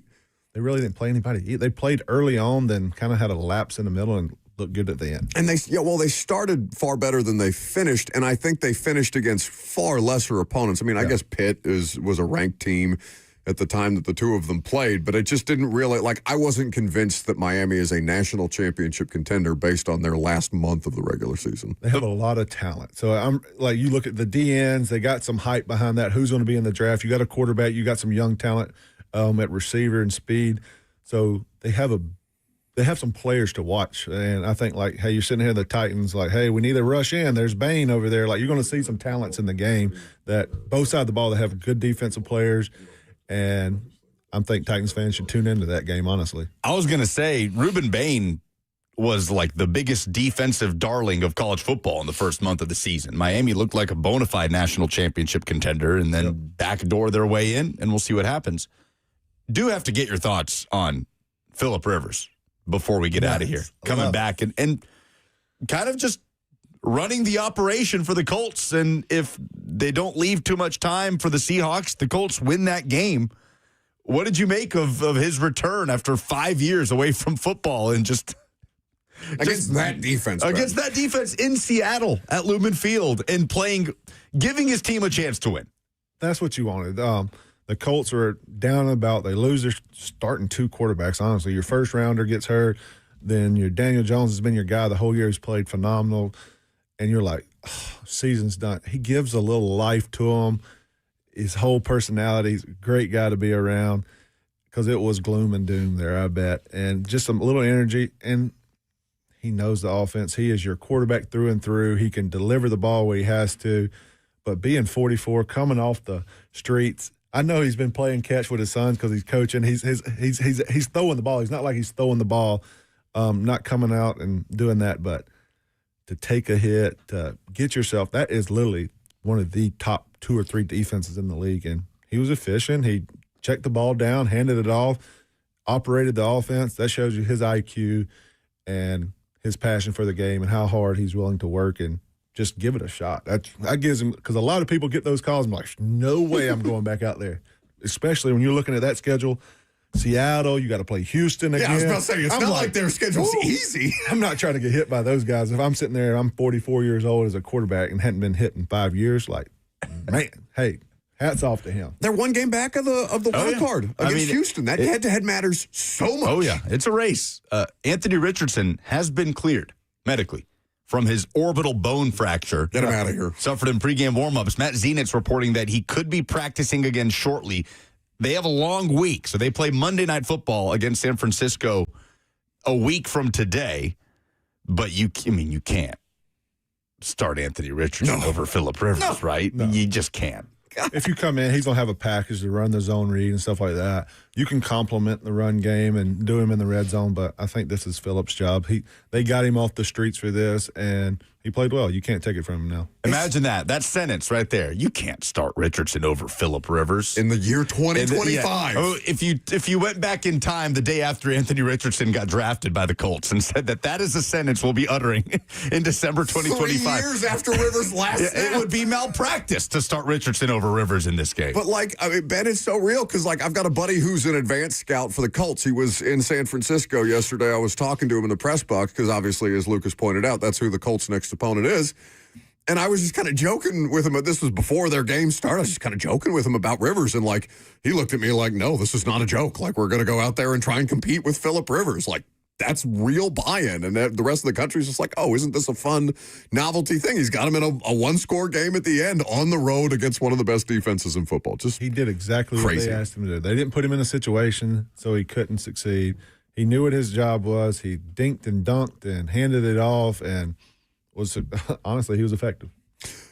Ben Jones, always a pleasure. Enjoy the football this weekend, and we'll look forward to your visit with us next Monday. Absolutely. Good seeing y'all. That's the main man, Ben Jones, with us. We'll talk about the reaction to Patrick Mahomes not being in the postseason for the first time in a long time coming up next.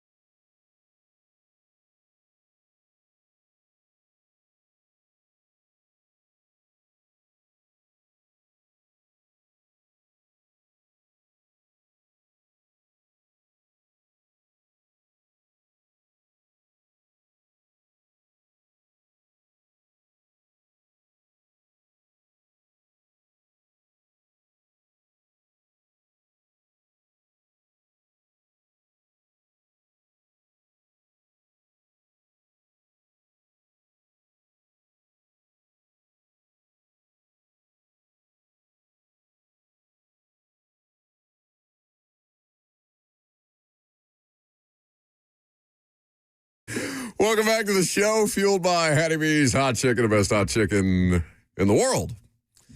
All the Middle Tennessee Hattie B's locations are open right now. If you haven't decided on your lunch plans, it's very cold outside. Be a great way to warm up with some, I don't know, you don't have to go all the way to shut the clock up, which is, I mean, Lucas, your preferred heat level is what?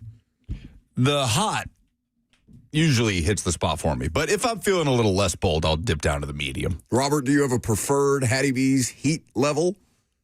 Medium's good enough so you don't have like sweat going all the way from the top of your back down to your butt crack. But I mean, if you ain't got nothing to do, hot's fine.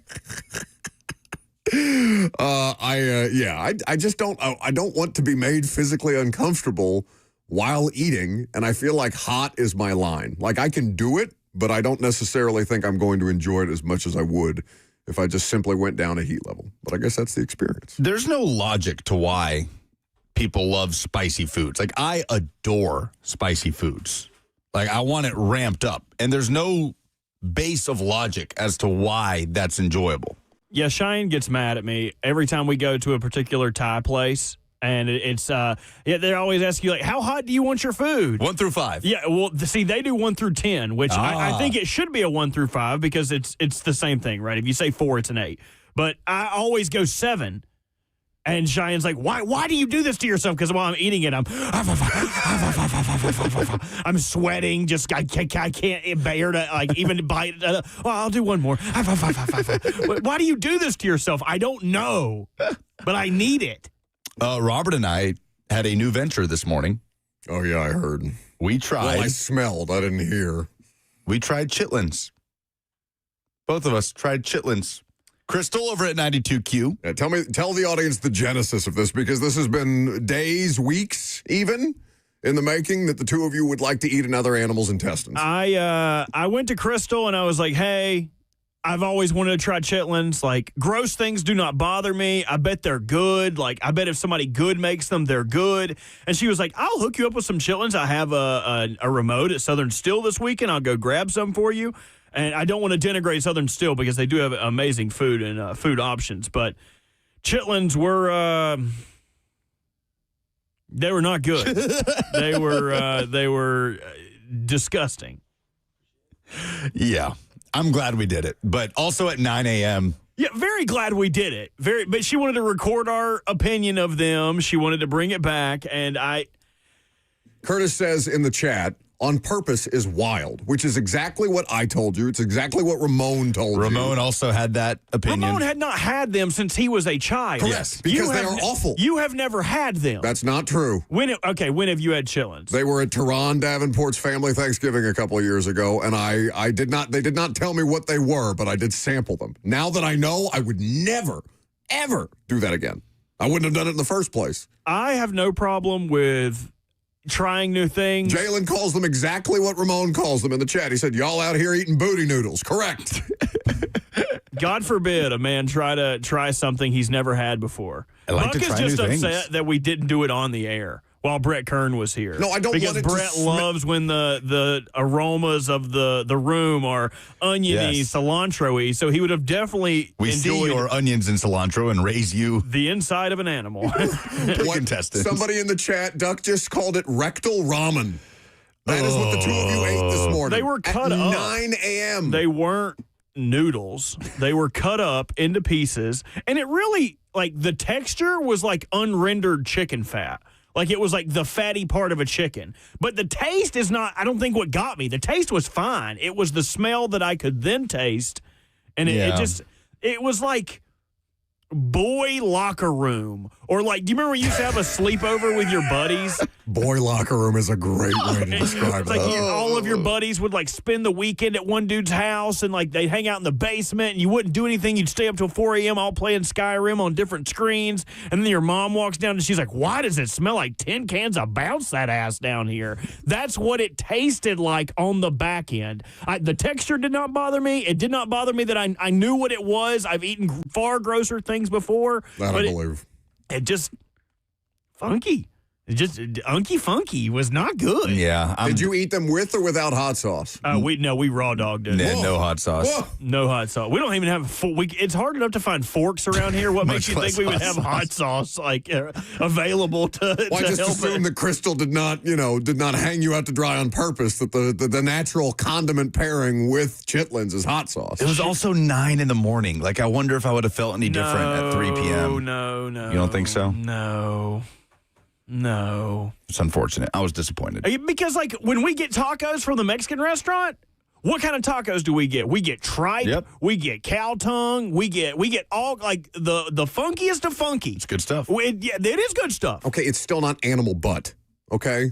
Okay, but, like, oxtails are good, right? And that's right above the butt. Like, every time they poop or fart, particles. I don't think I've had oxtail. They didn't have that at Tehran's Thanksgiving No, they had excursion. everything else though. So good. But like, I don't think that you can necessarily say that that's the way to go. And I'm glad that we tried it, and I'm glad that we know now. But Dixie says 9 a.m. chitlins is diabolical. we didn't get to pick. What part about winning? We're trying to be a hospitable host or guest. Do you not understand? We asked for them. She provided them. We did. We requested Crystal's in a tried them. 4-hour day by 9 a.m. already. So that's like lunchtime for her. Yeah. Either way. So, Robert, there was an article or a think piece, perhaps an opinion piece that you pointed out to us this morning that was hilarious in terms of the way that it was talking about. Again, the Mahomes situation is not funny. It's an awful circumstance that happens to any player. It just happens to be to a very high-profile player who people are tired of seeing him and his team in the postseason. No, it was my buddy Mike DeCourcy retweeted this article, and I thought it was from the Sporting News, but it was not. The title of the article was Patrick Mahomes' injury could signal the end of an era for Kansas City. Quote, it's the end of something, which I thought was just like, what's the dude? The bwarp, bwarp, bwarp, bwarp. You're talking about like Curb Your Enthusiasm? Yes, there you go. It just seemed like a Curb Your Enthusiasm like title of it. Yeah, that's the whole Curb Your Enthusiasm bit. I don't know. Like, you don't want it to happen for this reason, but I'm so happy for a bit of a change of pace in the postseason. Like, I was okay to see Patrick Mahomes and the Chiefs lose yesterday. Obviously, you don't want anybody hurt late in a loss like that eliminates you from postseason contention. I do think it's interesting what Ben pointed out is they've been the lead dog, for lack of a better term, for how long at this point? Since 19 is when he won his first one?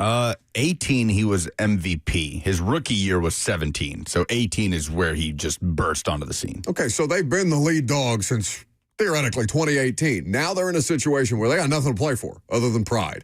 So how do you respond in a situation like that? Is there any element of front runner to the Kansas City Chiefs on Sunday against the lowly Tennessee Titans, the 2-12 Tennessee Titans?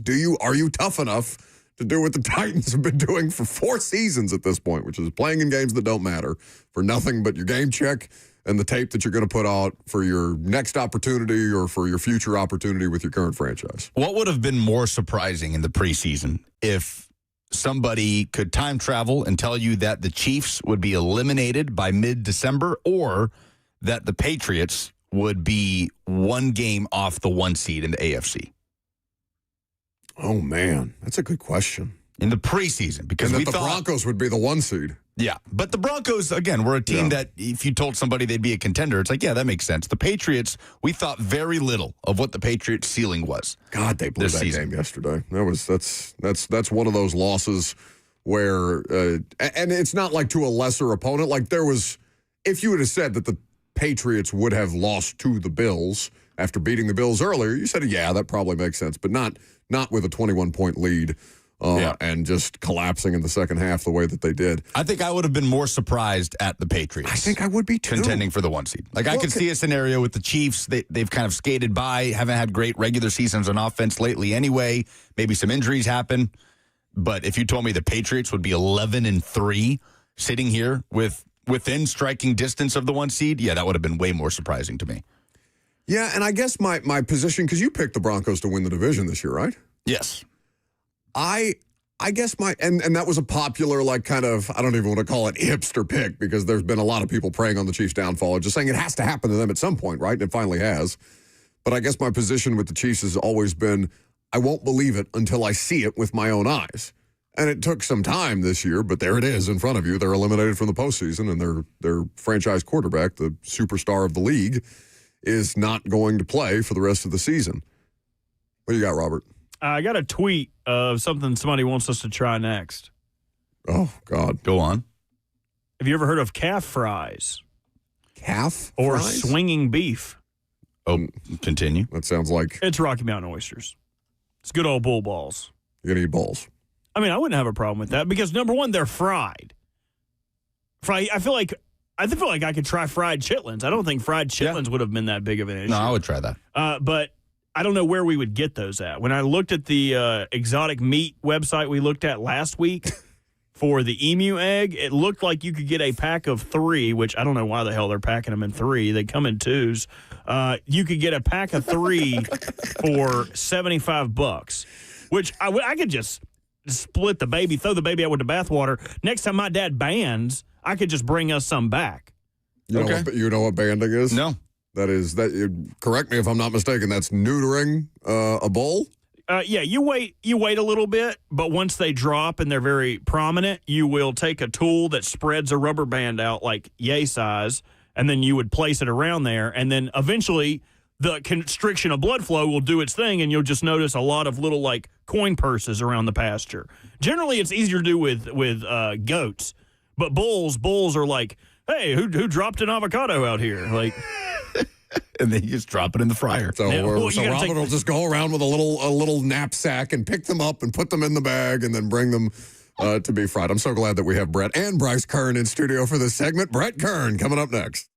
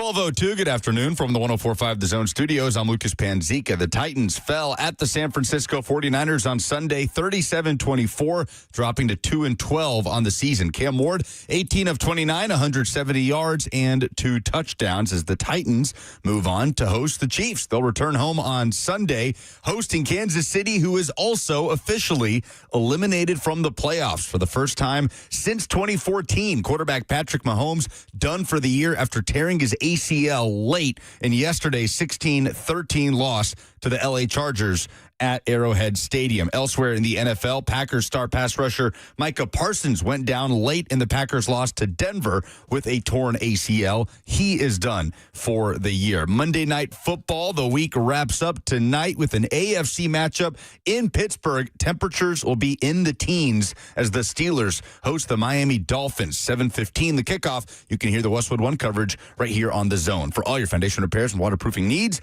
visit USSTN.com. Breaking news at once on your home for the Titans and Vols. This is 104.5 The Zone.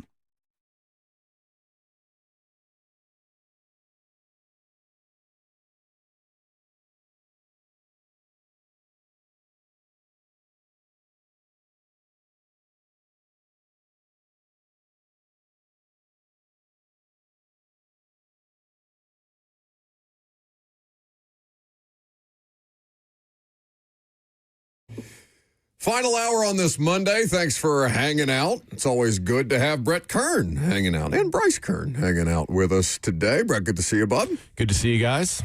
So, we did not get a winning performance in San Francisco last week, which means you are the problem. Nor the cover. Nor the cover. That's analytics say go for it, whatever. I indeed also picked them to cover. We did. They were close. There was an opportunity there, that field goal at the end. Well, I mean, you look at that deep ball, they connect. You could say it's a touchdown. Obviously, the Van Jefferson. Van did a great job. Double move, got the corner. Safety was, over top late. And, if they connect, personally, I think it's a touchdown. You tie that game up 17-17 going to half. Instead, it's a longer field goal. And, Joey Sly, all his misses this year have been wide right. So obviously there's just a little something, just kind of getting the hips through it. Foot's a little bit late, a little bit open, causing that push. So it's unfortunate they couldn't get points before the half, but it's the little things, Both kickers kicked it out of bounds yesterday on the kickoff. Yeah, I mean, the one where Pinheiro was. It looks like the ball was falling off the tee. What's the protocol there? Is it the ref's responsibility to stop it? I didn't see that from my angle. The ball was falling off the tee as his leg was coming in to kick the ball. Oh, and that's was like visibly upset about something. He was upset. It sounded like Shanahan was arguing with the ref about something. What would the protocol there be? I'm not sure. I mean, it's kind of how I felt when I hit the wire in the NFC Championship game. Yeah. What happens here? Yeah. I think he's supposed to get another crack at it. I'm not 100% sure on the rules. I feel like they change kickoff rules every 20 minutes. So, but that ball was falling off the tee. Obviously, Joey hit one out of bounds too. And so, you start the 40-yard line. I mean, 2 first downs, you're already in field goal range. So.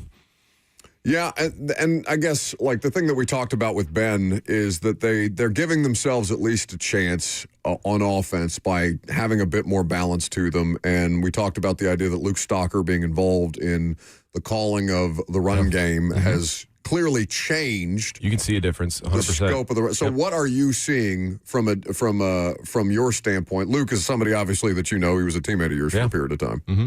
Yeah, I mean, to me, Ben talked about it a little bit more. Simplifying things. To me, it just seems like there's a little more misdirection. I felt like twice, Pollard had a 22 and a 20. So 2 explosive runs, and I felt like it was almost off the same play. It almost looked like a counter to the weak side. To the boundary, and I mean, I don't think Tony was touched till he got tackled, 18, 20 yards downfield. Has to be a nice change of pace for Tony. Yeah, it probably felt pretty good rather than getting hit right at the line of scrimmage and trying to grind for 2-3 yards. So, I mean, biggest thing is I think when you simplify things, it allows you to do, whatever, how many plays you have and execute them at a high level. When you add a ton of things, it doesn't really help with the flow, just the consistency and being able to execute consistently. So when you simplify things, I think things just, you're practicing it more, you're more of a repetition, and you can excel at it. And so you can clearly see the last 2 weeks, obviously with Tony going over 100 both weeks, the improvement that they've made in the run game, which has obviously helped Cam, help set up the play action a little bit more. Just looks more comfortable back there. Yeah, and that's just what the rest of the season is about. It's what this entire season is about. I've been trying to make Cam Ward more comfortable. Somebody is theorizing in the chat on the kickoff situation. They're supposed to see it, the refs, and blow the whistle. Best of luck. But it started to fall while Pinheiro, was in motion, so the Correct. official is probably already looking down the field. Yeah. In that situation, which, makes sense in my head. Yeah, I don't know how 100%. accurate that would be. Bryce giving me a thumbs up. Thank you, Bryce. What do you got, Liz? Confirmed. Bryce is confident off that pre-calc exam he had this morning. Listen, I'm learning all manner of things about the way that high school operates now from Bryce that I was stunned. Times have changed. I guess. But, obviously, I was looking at the NFL, the GSIS report last night and this morning, and, to see the injuries, I think it starts the second half, and it says, Xavier Woods out, Mike Brown out, Winston Jr. out, Gunnar Helm questionable. Cedric Gray. That was later down on the Jesus report. But, that's tough, too, when you're going against a guy like Kittle, who's kind of like Kelsey, where he kind of feels it, sees it, if there's zone, he knows where to sit between those zones. And, obviously him catching 8 balls for 88 yards yesterday. In the first half, San Francisco, 7 of 8 on third downs. Just couldn't get off the field. San Francisco had 8 possessions. You're scoring on 7 of them, the 1 fumble. Big Jeff and his effort, obviously, thankfully being rewarded with a touchdown. That's just tough when you can't get off the field and you're getting crushed in time of possession. It's hard to win a football game. We talked to Ben about his perspective of seeing Jeff kind of, get some, I guess, reps, for lack of a better word, with the ball in his hands at practice on Friday practices or whatever it might be. I was going to ask your perspective on it, how much you kind of saw some of that.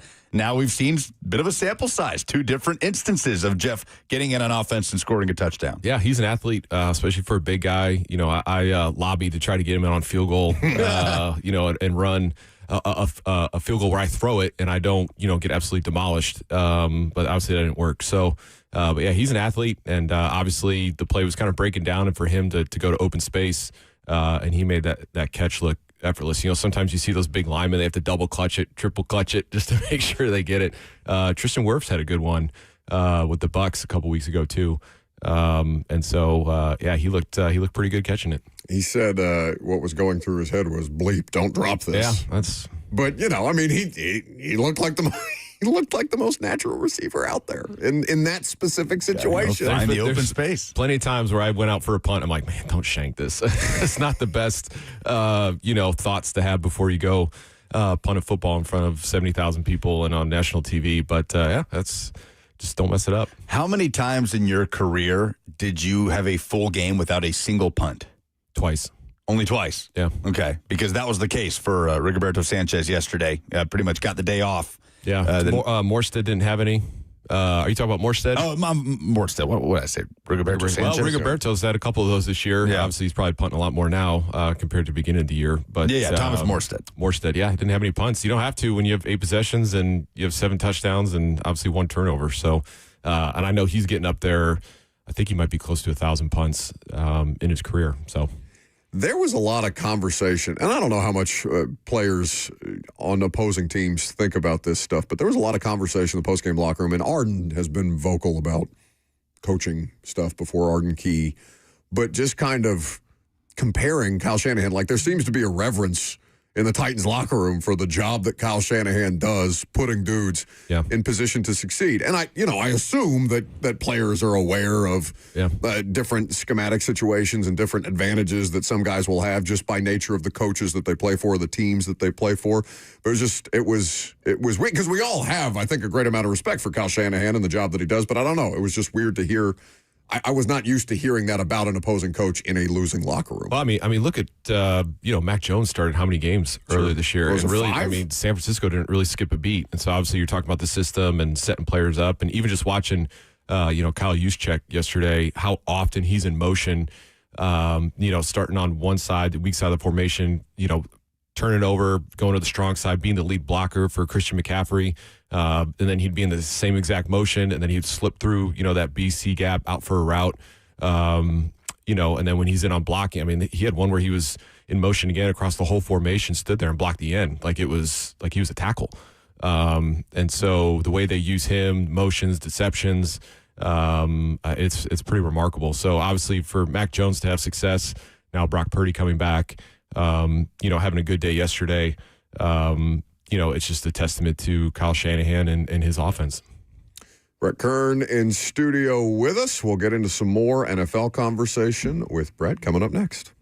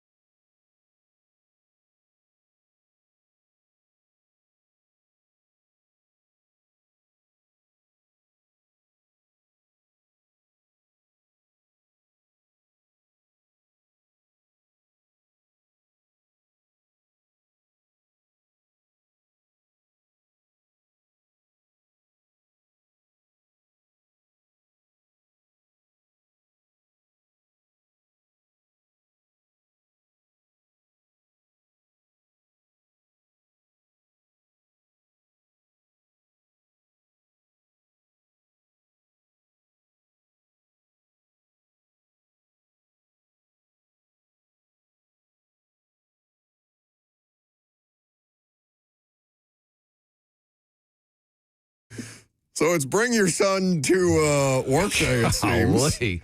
And we are learning many things about Bryce Kern. I would have brought Leo had I known.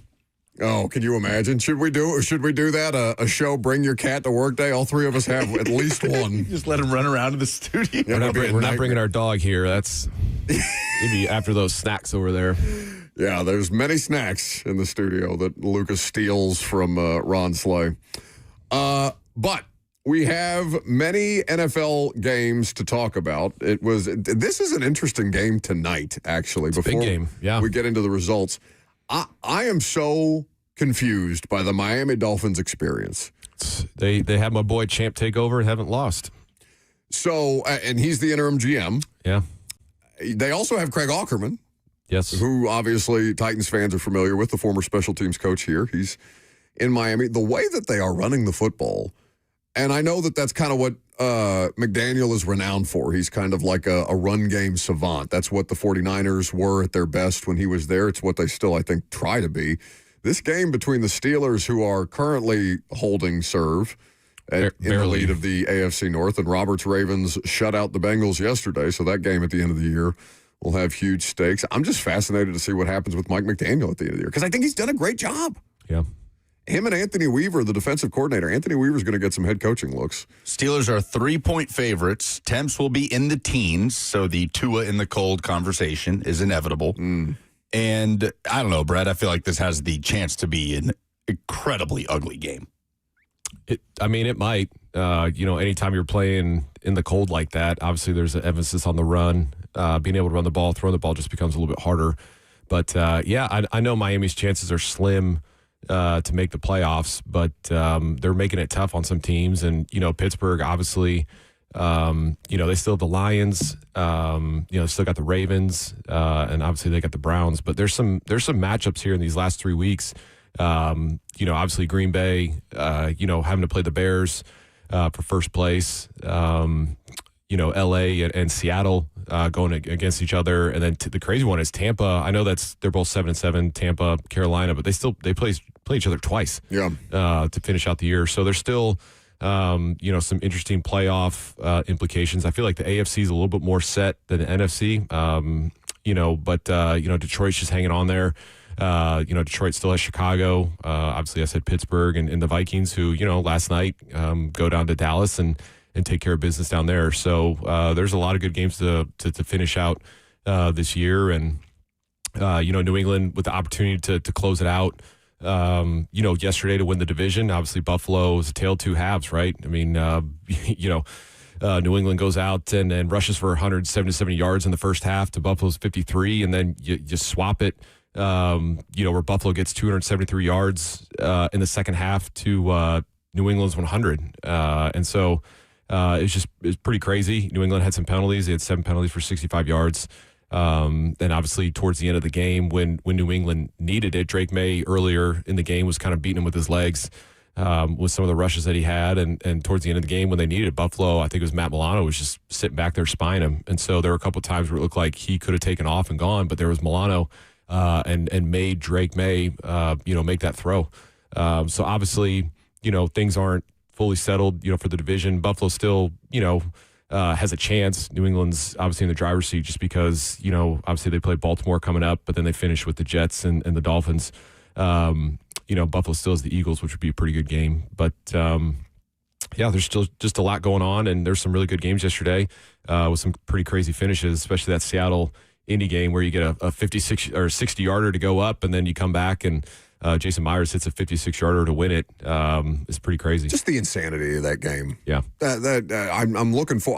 It was on at the same time as I was working the Titans-Niners yesterday, so I haven't had the opportunity to see it. I saw some highlights on social media and stuff like that. But we've talked to you about this before, the state of kicking in the NFL, and even Brandon Aubrey yesterday. I mean, it's and I know the Cowboys ended up losing that game. He missed 2 yesterday, yeah, which is kind of bizarre to see. But the state of kicking in the NFL right now, it's one of the craziest things where anything 50 plus is almost considered routine. Like 60-yard field goal attempts are considered routine in today's NFL. Yeah, I think Chase McLaughlin down in Tampa, I think he's either 10 for 10 or 11 of 11 from over 50. That's crazy.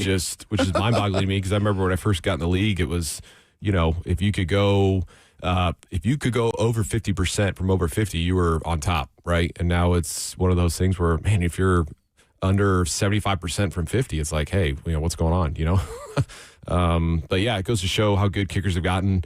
A lot of kids are, obviously coming out of college, starting in high school, they're realizing some of these camps and all that kind of stuff. Like, wait a second, I could go to college on a scholarship, I can get paid. So just a lot more kids are doing it. And you're seeing the results of that with even some of the guys that are kind of bopping around.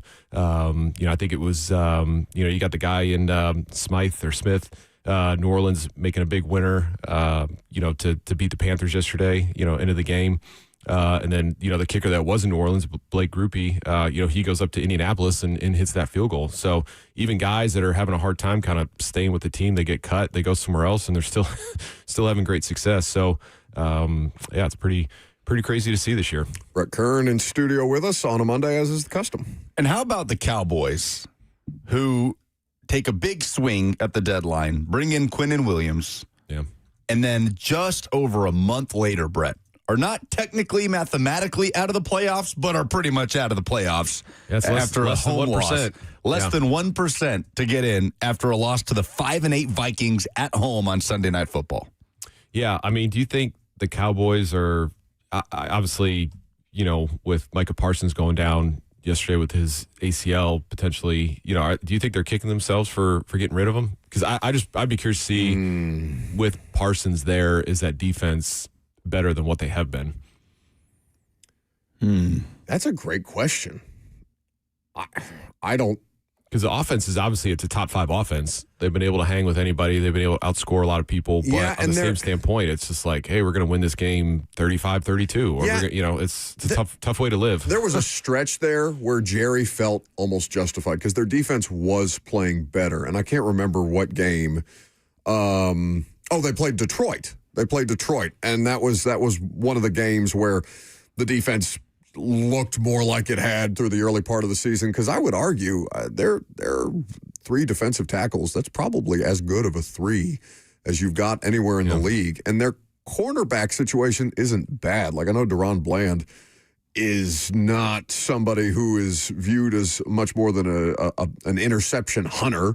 And you could probably argue that Diggs is viewed the same way. But I think for the return on investment, what did they give up for Logan Wilson, the linebacker? Because that was one of the more confusing. A 7th. So it wasn't anything crazy. They would give up a 6. I don't know. Jerry probably wouldn't admit that he would want to do over in that situation. Because for a minute there, he looked like he might be right. Yeah. Well, I mean, from a contractual standpoint, yeah. I mean, we've talked about, if you have 3 guys that are taking up, 50% of your cap, that's a tough way to go. And so I think, signing Parsons to the deal that he would have gotten, I think they would have had 3, potentially 4 guys that would have taken up, 50 to 60% of your cap. And that's just hard to build a team in other areas, with you got 4 guys taking up 60% of your cap. So that's tough. Like I said, the offense can hang with anybody, but it's the defense has struggled a little bit. And here they are 6-7-1 and less than 1% chance to make the playoffs. Micah, a sack and a half away from tying a career high before he went down. And meanwhile, the Cowboys have 33 sacks as a team on the year. That's 12 less than they had at this time last year, with Micah having a 12-sack season. But it's your production. Yeah, 3 weeks left. If he had stayed healthy, he would have had a great chance to set a new career high with 15 or more. I think yesterday, watching most of the games, Denver to beat Green Bay, 34-26, and to see Bo Nix, 23-34 for 302, 4 TDs, 134, passer rating. That's, for a team that we've probably been like, they're kind of, they've barely been beating teams, all that kind of stuff, to play Green Bay, who, obviously still has a lot on the line, the division on the line, where they're going to sit in the playoffs, with the big game against the Bears coming up, for Denver to play how they did. And especially they were down earlier in that game too. And the way Bo Nix performed really makes you think, like, this is a contender, right? Absolutely.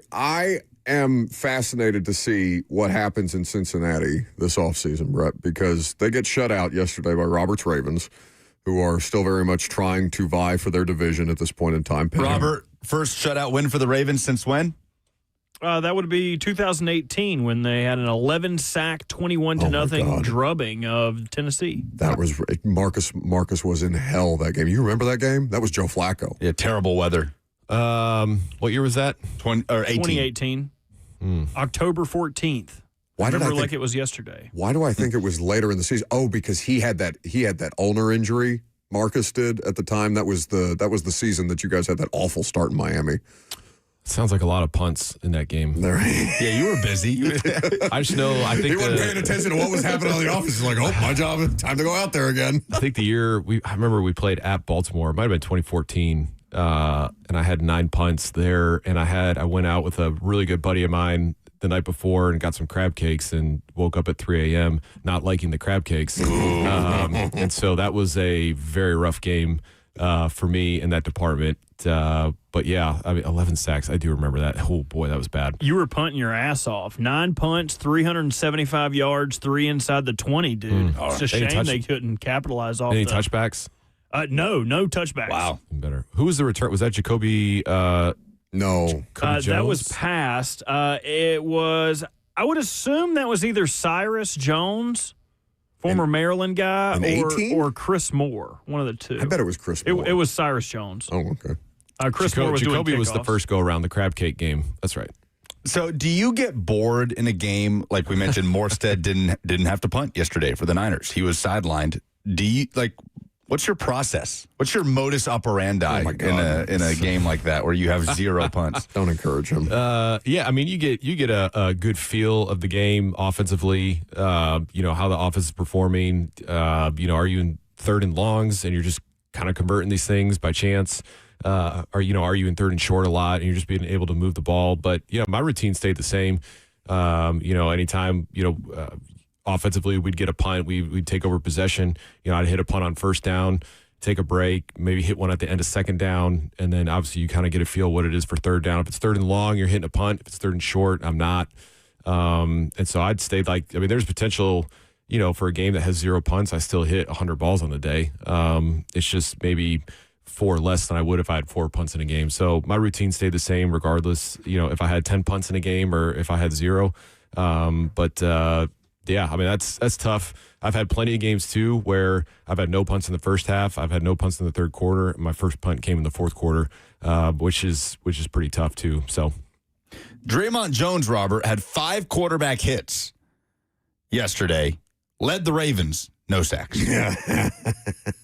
Come on, man. We just need half one. For context, Brett, what was the criteria of that trade? It's 2 sacks. So it's a 5th-round pick that can become a 4th if Draymond Jones gets 2 sacks in the regular season and the Ravens make the playoffs. And he was incredible yesterday. How many sacks does he sit at? 1.5 for the Ravens. Those 2 sacks need to come with the Ravens after the trade. He had 1.5 against the Jets. And he was very disruptive yesterday, but did not officially get a sack. Baltimore finishes New England at home, at Green Bay, at Pittsburgh. I think it's going to come in the Pittsburgh game. Yeah, I mean that could be for the division. Where is it? It's in Pittsburgh. I am curious to see what happens. Just kind of going back to where I started, though. I forgot about that 18 game. That's one of the worst Titans games I've watched. Is that 21-0 Joe Flacco? Well, I guess it was more Ravens pass rush against Mariota game. But Burrow, he had some comments after the fact where he's coming off the week where his comments were, much was made about the idea that he seems to be questioning, everything around him right now because they're in a bad spot. They're going to miss the postseason for, I think it's the 3rd consecutive year under Zach Taylor. And he's obviously had moments where he's missed and been in and out of the lineup. Yesterday, he was objectively terrible. Like that pick 6. That was a heck of a play, though, by Van Noy. Great play. To kind of hand it off to Gilman and take it 84 yards. So he ends the day. That was awesome. Did you see this play? Like I saw the highlight. I didn't see the game. It was almost like Van Noy too. Like after he handed it off, he just kind of stopped running and just went to the sidelines. Like, yeah, it's a touchdown. He was turned around for so long with the ball, just waiting for him to come get the ball. I had to listen like running to the 4x1. I had to listen to Lampus and is it Dan Horde? Is that the other guy? Dave Lapham. Dave Lapham, the Bengals analyst. Friend of the show. I Be could nice. not get. I don't give a damn about him, and I'll tell you why. Lovely man. I'm listening to the game, and I can always tell when something good happens when I'm listening to an opposing broadcast because they downplay everything. and Burrow drops. He has pressure in his face, and he throws it right to a Raven, and he passes it back to a Raven, and they're off to the races. That will be a touchdown. Derek had like 4 runs of 20-plus yards. Derrick Henry to the outside, and he's off to the races. Like every single time, like if something is happening to the opposing team, and I'm going to jump out of this window. Hey, Cincinnati, nice little 3 for 15 on third down yesterday. Oh, yeah. By the way, all of those were like 2 yards or under. They were complaining about that, too. Oh, Joe Burrow only likes it when he can throw for 500 yards. What happened 2 weeks ago on Thanksgiving? Were you having a great time, Dan? I don't like this anymore. I lost 2 games to 2 good quarterbacks, and now I don't want to play anymore. I want to be traded. Shut up, you loser. Do you think he wants to be traded, or do you think he wants to? This has kind of got like the Andrew Luck vibes. Right. I don't want to have to walk to practice anymore. Why don't the Bengals make a practice field that's closer to our locker room? He's been quiet the whole show until we started talking about this. It is. Their practice field's right next to the stadium. I don't like that far. walking. I don't want to walk anymore. And they got an indoor now. They're one of the last teams not to have an indoor, which is mind-boggling to me that you're in Cincinnati and you don't have an indoor. Poverty franchise. Maybe I'll go play on the Planet Indoor. Especially, you didn't see, you're not on Instagram anymore because you're smarter than the rest of us. But DeAndre Hopkins posted an Instagram story of what it looked like getting off the plane in Cincinnati, and it just looked like Antarctica. It looked awful. Yeah. And I know the field did not reflect those conditions. But anyway, to the point of Burrow, I think, because if I'm a football player and I hear the kind of things that Burrow is saying, because we had this conversation with Nate Washington on Thursday, Brett, it's the idea of, you don't hear those things publicly from a football player who wants to continue doing this. Yeah. But the Bengals, I think I'm more in the party of just not knowing the details of how he's thinking about it. The Bengals have had a situation like this before. This is Carson Palmer.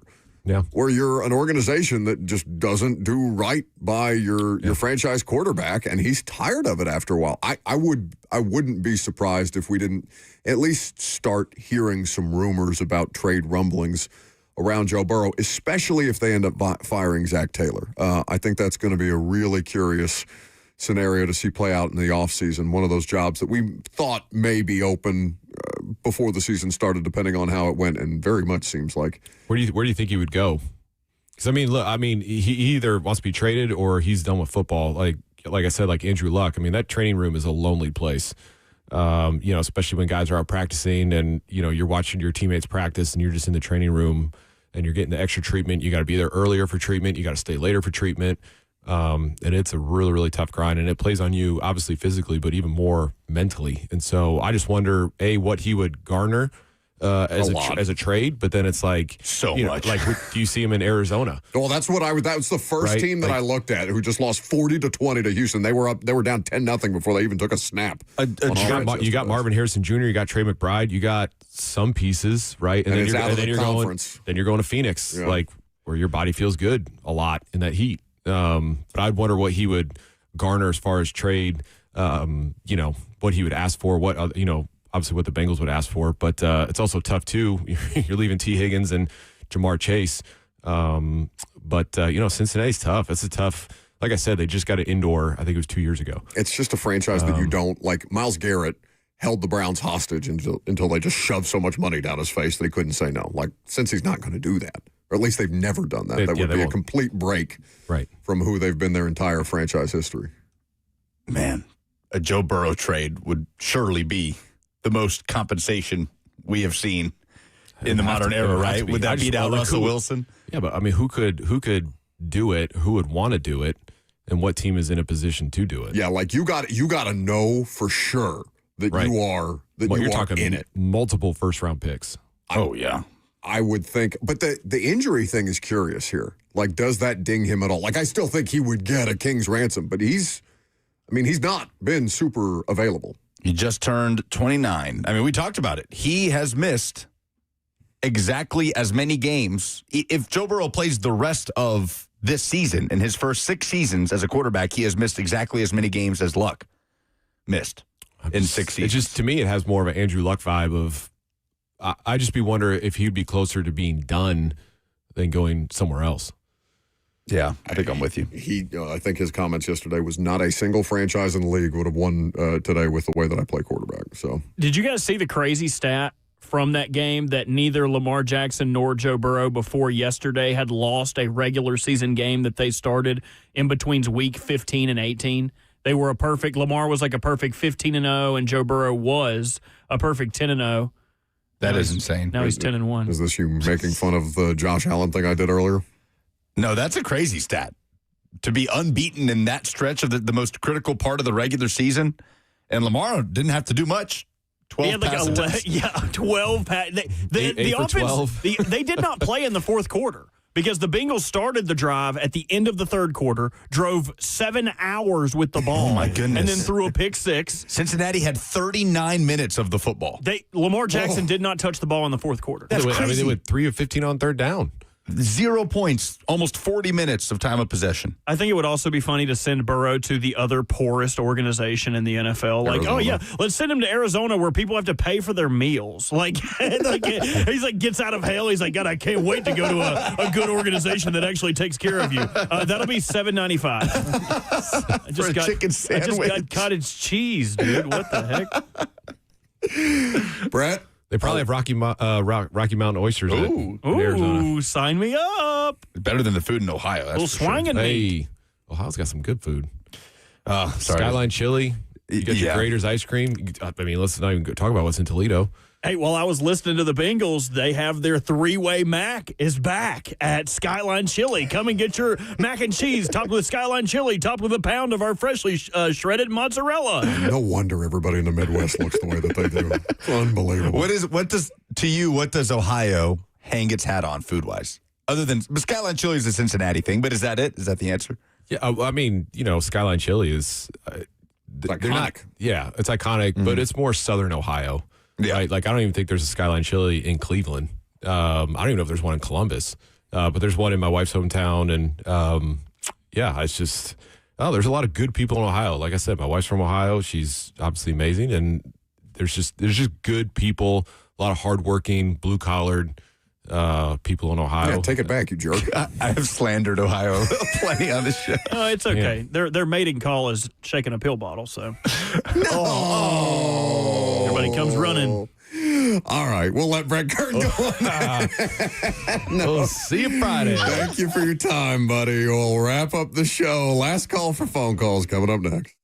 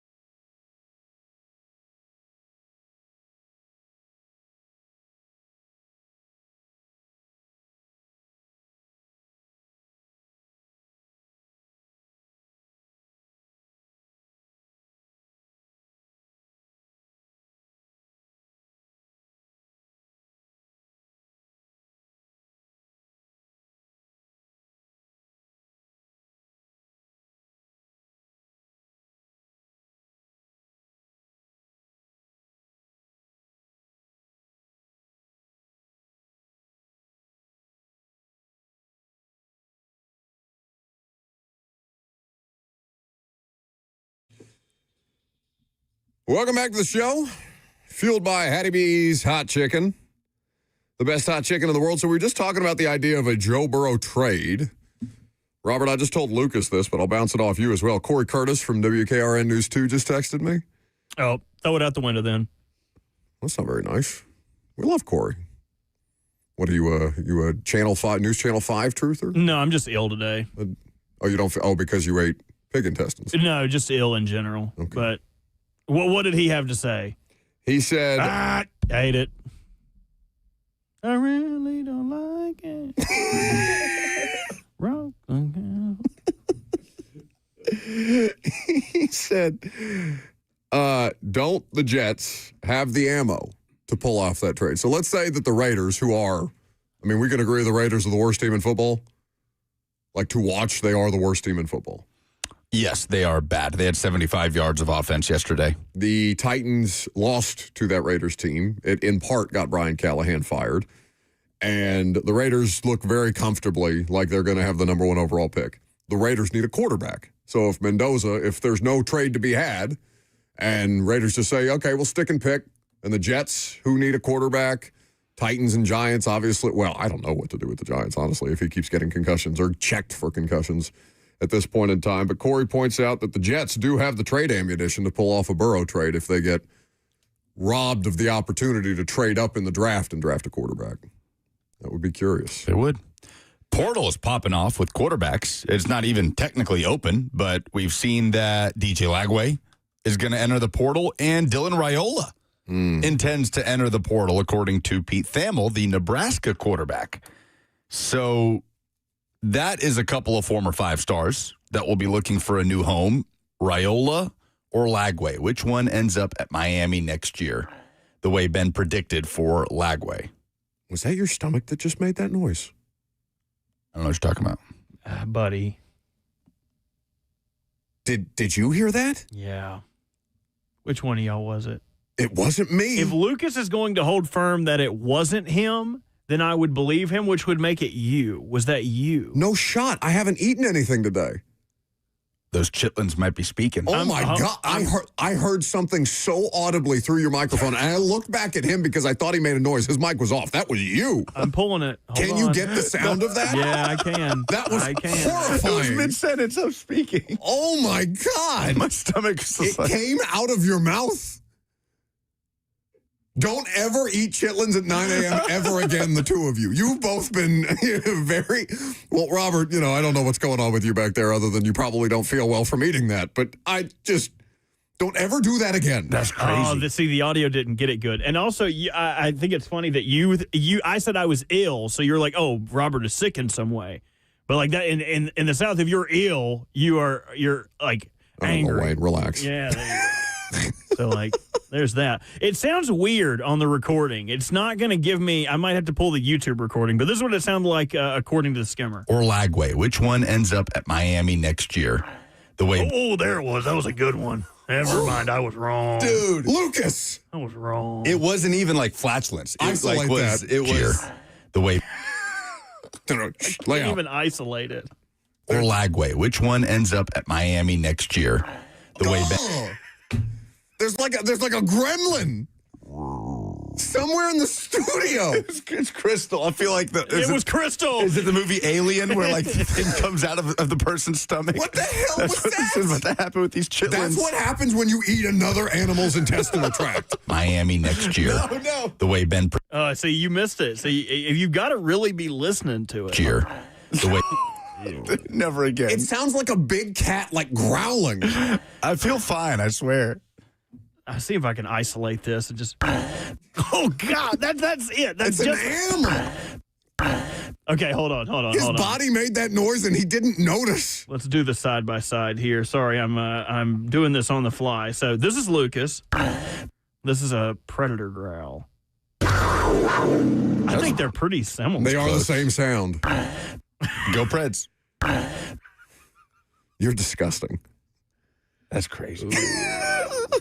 As soon as you did it, because that's happened to me before where it's like, ow. Yeah, just your stomach will just be like... Yeah, but not so loud that I could hear it, not even in the room, but through his microphone. I could hear it through the glass. I wasn't even listening to you guys. It's them chitlins. I will never be able to say that in my life. Yeah, it was them chitlins. Yeah. We didn't even eat enough to Had one bite. like. Had one bite of the chitlins. God, they stunk so bad. They were not good. Logan is in Nashville, and then we'll do some polls. Hey, what's going on, guys? Nothing. Okay, so I had a question after listening to Brett and Ben talk a little bit about what's going on with the Titans offense. They both said something similar where the scheme seems to be more simplified and it's helped Cam feel a little bit more comfortable when he's behind center. And I kind of wanted to know your thoughts on, so earlier in the season, training camp, when he was learning this super chaotic and like in-depth offense, and then is transitioning about halfway through the season into a more simplified offense. Do you think it'll help him out that he's seen a lot of different stuff in his first year when it comes to having a new head coach next season? And You mean as far as like offensive concepts or like the defenses that he's playing? You're talking from like an offensive standpoint, right? So from an offensive standpoint, yeah, Okay. because I do think that like him just playing and getting experience with defensive looks, like that's going to help him. But he would have that anyways if he was playing, regardless of who the coach was. Okay, thank you for the call, Logan. All right, so it depends on, like, do they keep anybody from the current staff offensively? Because I think it matters as much about the people that he's working with as the kind of concept, because the language is going to change, right? He's going to have to learn a new language. He's been speaking French all year. Next year, he's going to learn Chinese. You know, it's just kind of, it's that I think is the biggest degree of difficulty, because there's only so many plays in football to run. He will have some kind of grasp of all of this stuff, as all quarterbacks do, and you will benefit from experience. But the biggest degree of difficulty is how he responds to a new coaching staff, new people, and their way of teaching versus the staff that he has become, at least to some degree, comfortable with. All right. Polls.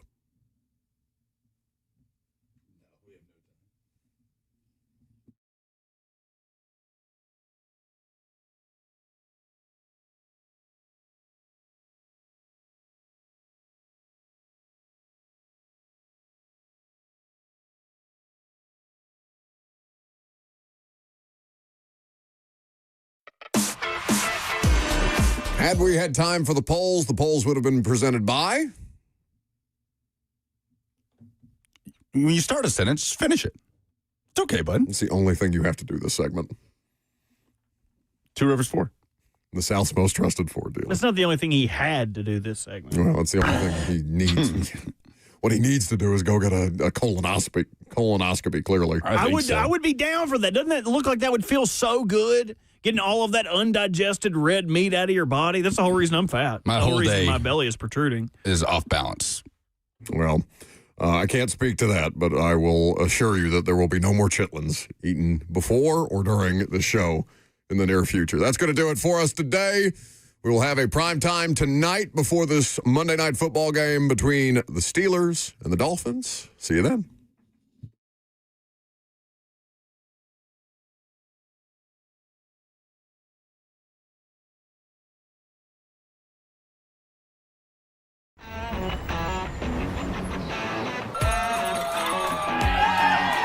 Smashville hockey. Around here, it can sound like a language of its own. But hey, if you can pronounce Demumbrian, then names like Yossi, Shea, and Marchessault will roll right off the tongue. Nashville Predators, only in Smashville. One of the largest sports books east of the Mississippi, Circa Sports Kentucky, is now open. Catch all your favorite games on an 80-foot screen with stadium-style seating and live VSiN broadcast daily. Circa Sports, now open at the Mint Gaming Hall, Kentucky Downs.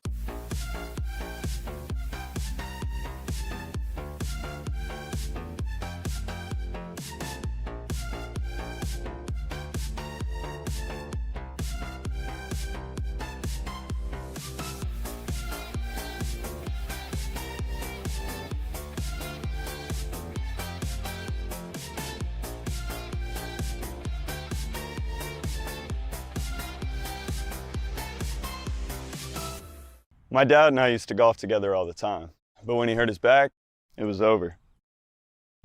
To have your son want to spend time with you is amazing. That's why my chronic back pain has been so heartbreaking. Surgery, fused bones, long recovery. No way, not for me. A friend recommended stem cells, so I gave Kellum Stem Cell Institute a call. I'm glad you're out on the course. Yeah, it's really good. Call the Kellum Stem Cell Institute today. Swing still looks just okay, though. Selling your home can be stressful, but it doesn't have to be. Get a guaranteed offer from Mark Spain Real Estate. There are no showings, no open houses, no stress. Work with the #1 real estate team in the U.S. and close with confidence. Go to markspain.com today. I'll be home for Christmas. You can count on me. I'll be home for Christmas.